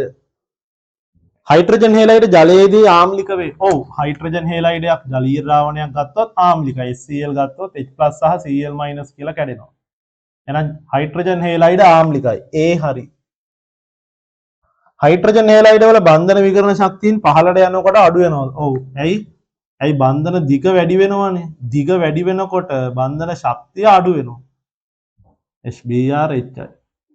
එහෙනම් පල්ලෙහාට යන්න යන්න අපි ඔය තියරි වල කතා කරනවා බන්ධන දිග කියන සාධකයේ වැඩි වෙනවා. දිග කියන සාධකයේ වැඩි වෙනකොට බන්ධන ශක්තිය මොනවා වෙනවද? අඩු වෙනවා. හරි. C. හයිඩ්‍රජන් හේලයිඩ වල ආම්ල ප්‍රබලතාවය කාණ්ඩයේ පහළට යනකොට අඩු වෙනවලු. ආම්ලික ප්‍රබලතාවය කාණ්ඩයේ පහළට යනකොට අඩු වෙනවලු. නෑ පල්ලෙහාට යන්න යන්න මේක මෙයා දැන් HF තමයි දුබල වශයෙන් අයන වලට කැඩෙන්නේ කියලා අපි දන්නවා. මෙයා දුබල ආම්ලයක්. මේ තුන් දෙනාම මොන ආම්ලද? ප්‍රබල ආම්ල. එහෙනම් පහළට යනකොට ආම්ලික ප්‍රබලතාවය අඩු වේ කියන එක වැරදි. හයිඩ්‍රජන් හේලයිඩ බන්ධන දිග කාණ්ඩයේ පහළට යනකොට අඩු වෙනවා නෑ. තේරෙනවනේ බලපු ගමන් ඉතින් පරමාණු ලොකු වෙනකොට දිග අඩු වැඩි වෙනවා. එහෙනම් ඉතින් එකපාරම උත්තරේ එනවා අංක 1. හරි. රයිට් ඒව නම් අමාරු ඒවා නෙවෙයි. රයිට් බලන්න ඊට පස්සේ ඉතින් 40 ස්පර්ශ ක්‍රමයේ මගින් H2SO4 නිෂ්පාදනය හා සම්බන්ධ කුමන ප්‍රකාශ සත්‍ය වේද? දෙකක් SO2 දන SO3 තාප අවශෝෂකයිලු. තාප අවශෝෂක වෙන්නේ නැහැනේ මේක දහනයක්නේ. අපි දන්න ඔක්සිජන් එක්ක ක්‍රියා කරනවා කියන්නේ දහනයක් කියන්නේ ඒක තාප 10කයි. රයිට් එහෙනම් මේකේ ඩෙල්ටා H කුඩායි බිඳුව. තාප 10කයි මේ ක්‍රියාවල. එහෙනම් ඒ වැරදි. කාටද 40ට? B මෙම ක්‍රියාවලිය සඳහා පොදුවේ භාවිතා කරන උත්ප්‍රේරකයේ Fe ලු නෑ Fe උත්ප්‍රේරක ගන්නේ ඇමෝනියා වල. මෙතන ගන්නේ V2O5. B වැරදි. SO2 උත්ප්‍රේරක කුටීර 4කදී SO3 වෙනවලු. පල්ලෙහාට මෙහෙම ගලාගෙන යනවා මතක ඇති වාට chart එක. මෙන්න මෙහෙම අපි රූපයක් කතා කරා. හරි මේක කුටීර වලට මෙහෙම බෙදලා තියෙනවා. එහෙනම් හරි. එකයි ATM ට වඩා වැඩි පීඩන භාවිතා නොවේ ලෝ. ඔයාලට මතක ඇති මේක එකයි ATM වලදී පවා 95ක් විතර හදනවා කියලා අපිට සම්පත් පොතේ කියලා තියෙනවා. ඒ කියන්නේ මොකද වෙන්නේ? එකයි ATM වලදී වෙනවා ප්‍රශ්නයක් නැතුව ඒකින්ද වැඩි පීඩන භාවිතා කරන්න ඕනේ නැහැ. සාමාන්‍යයෙන් වැඩි පීඩන ගත්තොත් ඉදිරියට නම් යනවා. වායු මවුල අඩු වෙන පැත්තට යන හින්දා. නේ ලේජර්ලිය මූලධර්මයට අනුව හැබැයි වැඩි පීඩන ගන්න ඕනේ නැහැ. එකයි ATM වලදී ඉහළ ප්‍රතිඵලදාවක් ලබා දෙන හින්දා. ඒක හැමම කියලා තියෙනවා සම්පත් පොතේ. හරි එහෙනම් හරියන්නේ CD උත්තරේ 3. CD උත්තරේ 3. right එහෙනම් අපි බලමු දැන් අන්තිම ප්‍රශ්න 10. හරි මේ පාර ටික නම් පොඩ්ඩක් ලේසි ටිකක් තියෙන්නේ. ගොඩක් දිග ප්‍රශ්න නෙවෙයි. ඔයාලට ඉඩනුත් පේනවා ඉඩ ලොකුවට ඉඩක් කරන්නේ නැහැ කියලා. ඒකෙදි 40 50 ප්‍රශ්න ටික ඔයාලා ගන්න විදිය තේරුම් ගන්න තියෙනවානේ. අපි ඒකෙන්ද උත්තර කතා කරගෙන යමු. පැහැදිලි? right බලන්න. ආවර්තාවකයේ දෙවන ආවර්තයේ මූල ද්‍රව්‍ය අතරේ නයිට්‍රජන් හා බෙරිලියම් ඉලෙක්ට්‍රෝන ලබා ගැනීමේදී ශක්තිය ධන ආගයක්. ඔව්. අපි ඔක කෙලින්ම පරමාණු ව්‍යුහ පාඩමේදී උගන්වනවා. පරමාණු ව්‍යුහයේ පාඩමේදී අවසානයේ ඉලෙක්ට්‍රෝකරණ ශක්තියේදී නයිට්‍රජන් ගත්තම දැන් 1s2 2s2 2p3 නේ. 2p3 කියන්නේ මෙයා ස්ථායි වින්‍යාසයක්. ඒතර මෙයාට ඉලෙක්ට්‍රෝනයක් ගන්නවා කියන්නේ මොකද වෙන්නේ? ලැබෙන කෙනා අස්ථායි. අස්ථායි වින්‍යාසයක් හින්දා ශක්තිය වැඩි වෙනවා තාප අවශෝෂකයි. බෙරිලියම්ට ඉලෙක්ට්‍රෝනයක් ගන්නකොට බෙරිලියම් කියන්නේ 4 වෙනි 1s2 2s2 හරිද? right එතකොට මෙයාට ඉලෙක්ට්‍රෝනයක් ගත්තමත් මේ ස්ථායි වින්‍යාසය අස්ථායි වෙනවා. උපශක්ති මට්ටම් සම්පූර්ණයෙන් පිළිලා තියෙන ස්ථායි වින්‍යාසය අස්ථායි වෙනවා. ඒන ඩෙල්ටා H විශාලයි බිඳු. ශක්තිය වැඩි වෙනවා තාප අවශෝෂක. එහෙනම් පළවෙනි වගන්තිය මොකද වෙන්නේ 41? පළවෙනි වගන්තිය හරි. වෙනත් ඉලෙක්ට්‍රෝන වින්‍යාසයකට වඩා අර්ධ වශයෙන් පිරුණ හා පූර්ණ වශයෙන් ඉලෙක්ට්‍රෝන පිරුණු කවච වල වැඩි ස්ථායීතාවයක් තියෙනවා. අන්න ඒ කතාවනේ මෙතන කියන්නේ. NP3 වින්‍යාසයටයි NP6 වින්‍යාසයටයි ඔය NS2 වින්‍යාසයි වගේ මේ සම්පූර්ණයෙන් පිරලා තියෙන අයටයි මෙන්න මේ වගේ භාගයට පිරලා තියෙන අය මේ සමමිතිකව බෙදලා තියෙනවා ඉලෙක්ට්‍රෝන තුන මෙන්න මේ වගේ භාගයට පිරලා තියෙන අයටයි ස්ථායි වින්‍යාසයක් පවතිනවා. එහෙනම් ඒකත් හරි. එහෙනම් දෙවෙනි වාක්‍යයෙන් පළවෙනි වාක්‍යය පැහැදිලිත් කරනවා. මොකද එහෙම ස්ථායි වින්‍යාසයක් තියෙන අයට ඉලෙක්ට්‍රෝන දුන්නම ලැබෙන වින්‍යාසය අස්ථායිින්ද තමයි ශක්තිය වැඩි වෙලා තාප අවශෝෂක වෙන්නේ. එහෙනම් උත්තරේ අංක 1. 42. එස්ටර හා ගීනාට් ප්‍රතිකාරක අතර ප්‍රතික්‍රියාව මගින් කීටෝන සාදාගත නොහැකිලු. කීටෝන සාදාගත නොහැකිලු. එස්ටර සහ ග්‍රීනාට් ප්‍රතිකාරක. එස්ටරයක් කියන්නේ මෙන්න මෙහෙම මෙයාට කීටෝනයක් හදාගන්න බැරිලු. ඔව් අපි දන්නවා දැන් මෙයාට R- වගේ V0 ප්‍රතිකාරකයක් දැම්මොත් එහෙම RMG+ Br- වගේ මෙන්න මෙයා මෙතෙන්ට පහර දීලා අපි දන්නවනේ යන්ත්‍රණයේ සිද්ධ වෙන හැටි. දැන් පළවෙනි පියවරේදී මොකද වෙන්නේ? මෙයා ඔන්න ඔතනින් නතර වෙනවා. හැබැයි කීටෝනෙන් නතර කරන්න බෑ. කීටෝනේට ආය පාරක් ග්‍රීනාඩ් ප්‍රතිකාරක පහර දීලා ඕක අනිවාර්යයෙන්ම මොනවද? ඇල්කොහොලයක් බවට පරිවර්තනය වෙනවා. ඒ කියන්නේ අර ග්‍රීනාඩ් ප්‍රතිකාරකයේ දෙවතාවක් සම්බන්ධ වෙනවාමයි. මේක මෙතනින් නතර කරන්න බෑ. මේක ශීඝ්‍රව සිද්ධ වෙනවා ප්‍රතික්‍රියාව. එහෙනම් කීටෝනයකින් නතර කරගන්න බෑ. ඒක ඇල්කොහොලේ දක්වාම යනවා. නොහැක කියන එක හරි එහෙනම්. එස්ටර් වලට වඩා වැඩි වේගයෙන් කීටෝන ග්‍රීනාඩ් ප්‍රතිකාරක සමග ප්‍රතික්‍රියා කරයි. ඔව්. ඒකට හේතුත් තියෙනවා ඇත්තටම.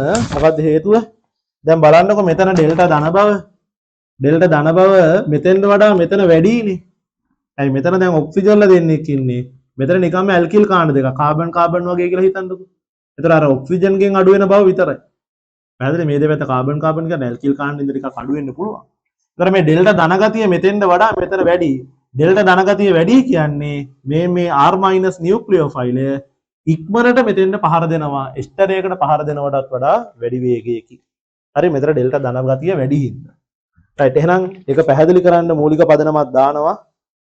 කීටෝන ග්‍රීනාඩ් ප්‍රතිකාරක සමග ප්‍රතික්‍රියා කරයි වැඩි වේගයෙන්. හරි පැහැදිලි කිරීම ක්‍රියාවක් එක. 43 රේචනය කරන ලද දෘಢ භාජනයක ජලය 100ට වඩා අඩු උෂ්ණත්වයකදී නටයිලු. රේචනය කරන ලද දෘಢ සංයුත භාජනයක ජලය 100ට වඩා අඩු උෂ්ණත්වයකදී නටයිලු. දැන් රේචනය කරයි කියන්නේ වහලනේ තියෙන්නේ. 100ට වඩා අඩු උෂ්ණත්වයකදී නටයි. ඔව් දැන් මෙතන අපි දන්නවා මෙන්න මෙහෙම කාරණයක්. ඔයාලට මතක ඇති මම අර තාපාංකයයි පීඩනයයි සැලකපුවාම පීඩනයයි තාපාංකයයි නිකන් ප්‍රස්ථාරගත කරපුවාම මෙන්න මෙහෙම යන්නේ. දැන් 1 ATM වලදී තාපාංක 100 වුණාට 2 ATM වුණාටම තාපාංක ඊට වඩා වැඩි වෙනවා. බාහිර පීඩනය වැඩි කරද්දී ගොඩක් රත් කරන්න බෑ බාහිර වායුගෝල පීඩනයට සමාන වෙන්න. ඒ වගේම තමයි පීඩනය අඩු වෙනකොට තාපාංකත් අඩු වෙනවා. ඒකට කන්දකුරට යන්න යන්න තාපාංක අඩු වෙන්නේ. මුහුදු මට්ටමේදී තාපාංක වැඩි. එහෙනම් මේ කතාවුන්ද හරි රේචනය කළ දෘಢ භාජනයක ජලය 100ට වඩා අඩු උෂ්ණත්වයකදී නටයි. හරි. පීඩනය අඩු හින්දා ඉක්මනට නටනවා. බාහිර පීඩනය අඩු වෙනකොට ද්‍රව කලාපයේ සිට වාෂ්ප කලාපයට ජලාණු මුදා හැරීම පහසු වෙනවා. පීඩනය අඩු වෙනකොට ඉක්මනට වාෂ්ප කලාපයට පිට වෙනවා. නම් පැහැදිලි කිරීමත් හරි එක. 44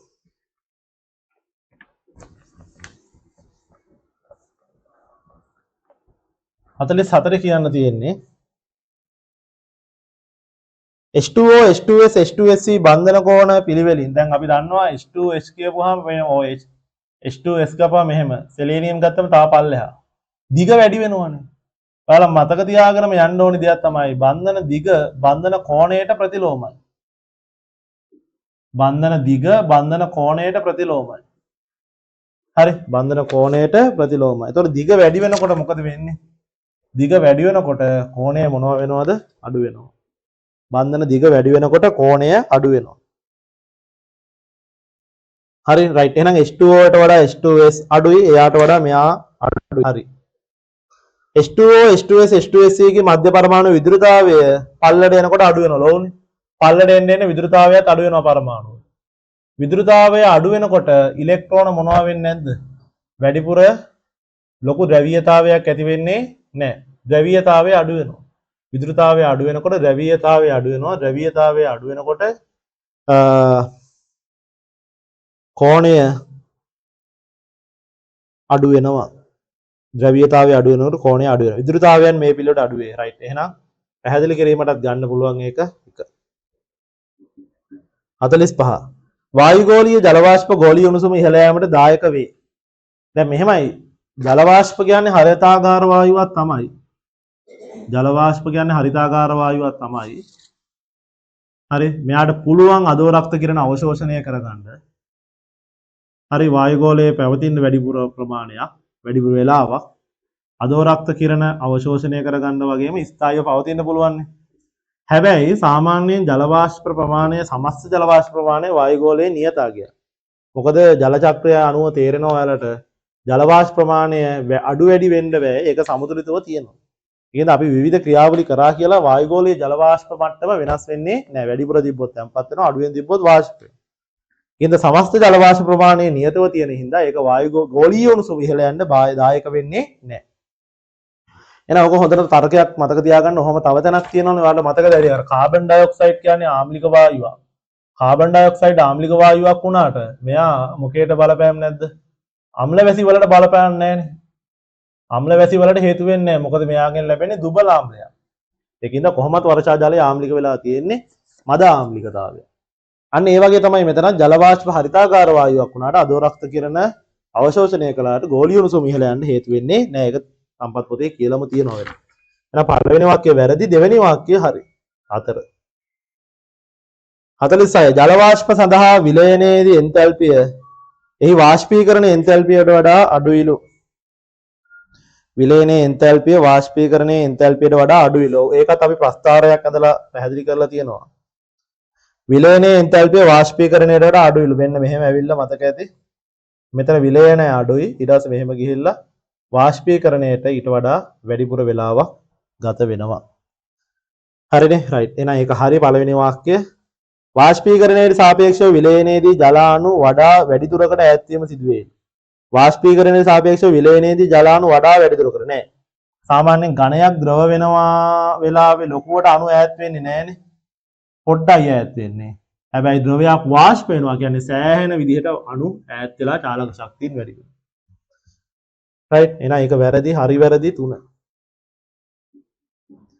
47 බලන්න. ජලීය සෝඩියම් හයිඩ්‍රොක්සයිඩ් සමග මේ අම්ල ක්ලෝරයිඩය ප්‍රතික්‍රියා කරලා මෙන්න මේ සෝඩියම් ලවණය හදනවා. ඔව් අම්ල ක්ලෝරයිඩයකට සෝඩියම් හයිඩ්‍රොක්සයිඩ් දාපුවාම එයා කාබොක්සිලික් අම්ලයෙන් නතර කරන්න බෑ. මොකද කාබොක්සිලික් අම්ලත් සෝඩියම් හයිඩ්‍රොක්සයිඩ් සමග ප්‍රතික්‍රියා කරන හින්දා. ඒකින්ද මේකේ පළවෙනි පියවරේදී හම්බ වෙනවා කාබොක්සිලික් අම්ලය. හැබැයි කාබොක්සිලික් අම්ලයේ නැවත සෝඩියම් හයිඩ්‍රොක්සයිඩ් එක්ක ප්‍රතික්‍රියා කරලා සෝඩියම් ලවණය දක්වාම මේ ප්‍රතික්‍රියාව සිද්ධ වෙනවා. හරිනේ? රයිට්. හරි එහෙනම් 47 හරි. අම්ල ක්ලෝරයිඩ් සමග ජලීය සෝඩියම් හයිඩ්‍රොක්සයිඩ් ප්‍රතික්‍රියාවේදී චතුස්තලීය අතරමැදි ඵලයක් සෑදෙනවලු. යන්ත්‍රය පොඩ්ඩක් ඇඳලා බලමු අපි. සෝඩියම් හයිඩ්‍රොක්සයිඩ් වලදී OH- පහර දෙනවා මේක එළියට. ඒතර ඊළඟ පියවරේදී CA3O-Cl අන්න මෙතන OH කියලා එනවා. ඕකට තමයි ඔය චතුස්තලීය අතරමැදි ඵලයක් කියලා කියන්නේ. ඊට පස්සේ මේ O- නැවත පල්ලෙහාට ඇවිල්ලා මේ Cl තමයි අයින් වෙලා යන්නේ. OH කාණ්ඩේ නෙවෙයි. මෙයා එනවා ඊට පස්සේ මෙතන මේ OH කාණ්ඩයට ආයෙ වතාවක් සෝඩියම් හයිඩ්‍රොක්සයිඩ් පහර දෙනවා. පහර දීලා මෙයා එනවා. එතකොට මෙයා එනවා CA3O- Na+ කියලා කතන්දරේ ඉවර වෙනවා. රයිට්. එහෙනම් චතුස්තලීය අතරමැදි ඵලය කියන්නේ මේ කෑල්ලට. හරි නේද? හරි. හැබැයි මේ දෙක අතර සම්බන්ධයක් නැහැ නේද? මේ අතරමැදි ඵලය ලැබීමෙන් මේ ප්‍රතික්‍රියාව සිදු වෙනවා කියන එක පැහැදිලි කරන්නේ නැහැ. උත්තරේ වඩාත් දෙක හොඳයි වඩාත් නිවැරදි. හරි. 48 බලන්න අපි. pH අගේ 5 දී කොපර් හයිඩ්‍රොක්සයිඩ් ද්‍රව්‍යතාවය pH 10ට වඩා වැඩි. අන්න ඒකත් හොඳ තර්කයක්. දැන් pH අගේ 5යි කියන්නේ දැන් අපි හිතමු උතර උෂ්ණත්වය සෙල්සියස් අංශක 14යි කියලා. සෙල්සියස් අංශක සෙල්සියස් අංශක 25යි කියලා හිතන්න. සෙල්සියස් අංශක 25යි නම් pH අගේ 7ට වඩා අඩුයි කියන්නේ ඒක ආම්ලිකයිනේ. pH අගේ 7ට වඩා වැඩි කියන්නේ මාධ්‍ය බාෂ්පිකයි. එහෙනම් pH අගේ 5යි කියන්නේ ආම්ලිකයි. pH අගේ 10යි කියන්නේ වැඩේ බාෂ්පිකයි. දැන් ආම්ලික මාධ්‍යයකදී කොපර් හයිඩ්‍රොක්සයිඩ් ගත්තම වෙන වැඩේ තමයි කොපර් හයිඩ්‍රොක්සයිඩ් කියන්නේ ජලයේ සුළු වශයෙන් ද්‍රව්‍ය කෙනෙක්නේ KSP. Copper 2+ ඒකක සතාවක් 2යි OH-. අන්න දැන් මොකද වෙන්නේ මේ ආම්ලික මාධ්‍යයෙන් හින්දා ඔක H+ ඉන්නවනේ. ඒ හැදෙන H+ එක්ක මේ OH- ප්‍රතික්‍රියා කරලා ජලය හදනවා. ඒ කියන්නේ මේකේ OH- සාන්ද්‍රණය මොනවා වෙනවද? අඩු වෙනවා. OH- සාන්ද්‍රණය අඩු වෙනවා. OH- සාන්ද්‍රණය අඩු වෙනකොට සමතුලිතතාවය ඉදිරියට නැඹුරු වෙනවා. ඉදිරියට නැඹුරු වෙනකොට ද්‍රව්‍යතාවය වැඩි වෙනවා. ඉදිරියට නැඹුරු වෙනකොට ද්‍රව්‍යතාවය වැඩි වෙනවා. තේරුණාද එහෙනම් තර්කේ? රයිට්. එහෙනම් මොකද්ද අපිට කියන්න තියෙන්නේ? කොපර් හයිඩ්‍රොක්සයිඩ් ආම්ලික ද්‍රාවණයකදී OH- උදාසීනකරණයක් වෙනවලු. ඔව්. ආම්ලික ද්‍රාවණයකදී OH- H+1 උදාසීනකරණය වෙනවා. OH- අඩු වෙනකොට ද්‍රාව්‍යතාවය ඉස්සරහට ක්‍රමයෙන් වැඩි වෙනවා. එහෙනම් මොකද්ද කියන්න තියෙන්නේ? පළවෙනි වාක්‍යය හරිනේ. ද්‍රාව්‍යතාවය වැඩි උදාසීන කරනවා කියන එකත් හරි. උත්තරේ 1. උත්තරේ 1. 49 50. සෝඩියම් කාබනේට් කාර්මිකව නිෂ්පාදනයේදී ඇමෝනියකරණය කාබනීකරණයට කලින් සිද්ධ කරයිලු. ඔව්. පළවෙනිටම කරන්නේ ඇමෝනීකරණය. ඇමෝනීකරණය. ඇමෝනියා සහ මුහුදු ජලය ප්‍රතික්‍රියා කරනවා. හරි. බ්‍රයින් ද්‍රාවණය. ඇමෝනියා සහ බ්‍රයින් ද්‍රාවණය ප්‍රතික්‍රියා කරනවා. ඇමෝනීකරණයේදී ඊට පස්සේ ඒ ලැබෙන මිශ්‍රණයට කවුරු විස් දානවද? කාබන් ඩයොක්සයිඩ් දානවා. ඒක තමයි කාබනීකරණය කියලා ගන්න. දෙවෙනි පියවරේදී. හරි. එහෙනම් ඇමෝනීකරණය කාබනීකරණයට පෙර සිදු කරයි කියන එක හරි. ඇමෝනීකරණය කරලාද බ්‍රයින් ද්‍රාවණයට CO2 යවපුවාම ඇමෝනියම් කාබනේට් ඉහළ සාන්ද්‍රයකින් නැහැ. ඇමෝනියම් කාබනේට් නෙවෙයි හැදෙන්නේ කවුද? Sodium bicarbonate. සෝඩියම් බයිකාබනේට් සහ ඇමෝනියම් ක්ලෝරයිඩ් තමයි ලැබෙන්නේ කාබනීකරණයෙන් පස්සේ. ඒකින්ද ඇමෝනියම් කාබනේට් ඉහළ සාන්ද්‍රණයකින් ලැබෙනවා කියන එක වැරදි. හරි වැරදි තුන තමයි ගන්න වෙන්නේ. හරි නේද? right 50 බලන්න ආම්ලික මාධ්‍යයේදී සමග ප්‍රතික්‍රියා කරන විශේෂ අණු H2O2 වලට හාරකයක් ලෙස හෝ කාරකයක් ලෙස ක්‍රියා කළ හැකිලු. ඔව්. අපි දන්නම තියරියක් H2O2ට ඔක්සි කාරකයක් සමග ක්‍රියා කරන්න පුළුවන්. එතකොට Mn ධන දෙක සහ මෙයා ඔක්සිකරණය වෙලා O2 හැදෙනවා. එතකොට මෙයා ක්‍රියා කරලා තියෙන්නේ කවුරු විදියටද? ඔක්සි හාරකයක් ලෙස. හරි ඔක්සි හාරකයක් ලෙස. ඒ වගේම තමයි H2O2ට ක්‍රියා කරන්න පුළුවන් SO2ත් එක්ක වගේ ගත්තම H2SO4. හරි H2SO4. එතකොට මෙයා සල්පගේ ඔක්සිකරණාංකය මොනවා කරලාද? වැඩි කරලා. එතකොට මෙයා ඔක්සි කාරකයක් ලෙස ක්‍රියා කරලා මෙතන. ඔක්සි කාරකයක් ලෙස ක්‍රියා කරලා. එහෙනම් Fe ධන දෙක දැම්මත් ඔහොම තමයි. එහෙනම් H2O2 වලට ආම්ලික මාධ්‍යයේදී කරන විශේෂයත් එක්ක කාරක හාරක ලෙස ක්‍රියා කළ හැකියි. හරි. ඔක්සිජන් පෙන්වන ඔක්සිකරණ අවස්ථා අතරින් බිඳුව වඩාත්ම ස්ථායී හා බහුලම වේ. නෑ. ඔක්සිජන් වල අපි උගන්වනවා ගණනය කිරීම පාඩමේදී වැඩිම භාවිතා වෙන අවස්ථාව තමයි කවුද? ඔක්සයිඩ්. වඩාත්ම බහුල වෙන අවස්ථාව ඒක. එහෙනම් හරි වැරදි උත්තරේ තුන. හරිනේ? හරි. රයිට්. එහෙනම් උතරින් අපේ පේපර් එක අවසන් වෙනවා. හරි. මම මේකේ PDF එකකුත් තියෙනවා. අපි ඒකත් දාන්නම් මෙතනින්ම. ඔයාලට මොකක් හරි ප්‍රශ්නයක් තියෙනවා නම් බලමු. අපි මේකේ සෙකන්ඩ් පාර්ට් එකේ විවරණයත් එක්ක එහෙනම් ඊළඟ දවසේ හම්බෙමු. රයිට්.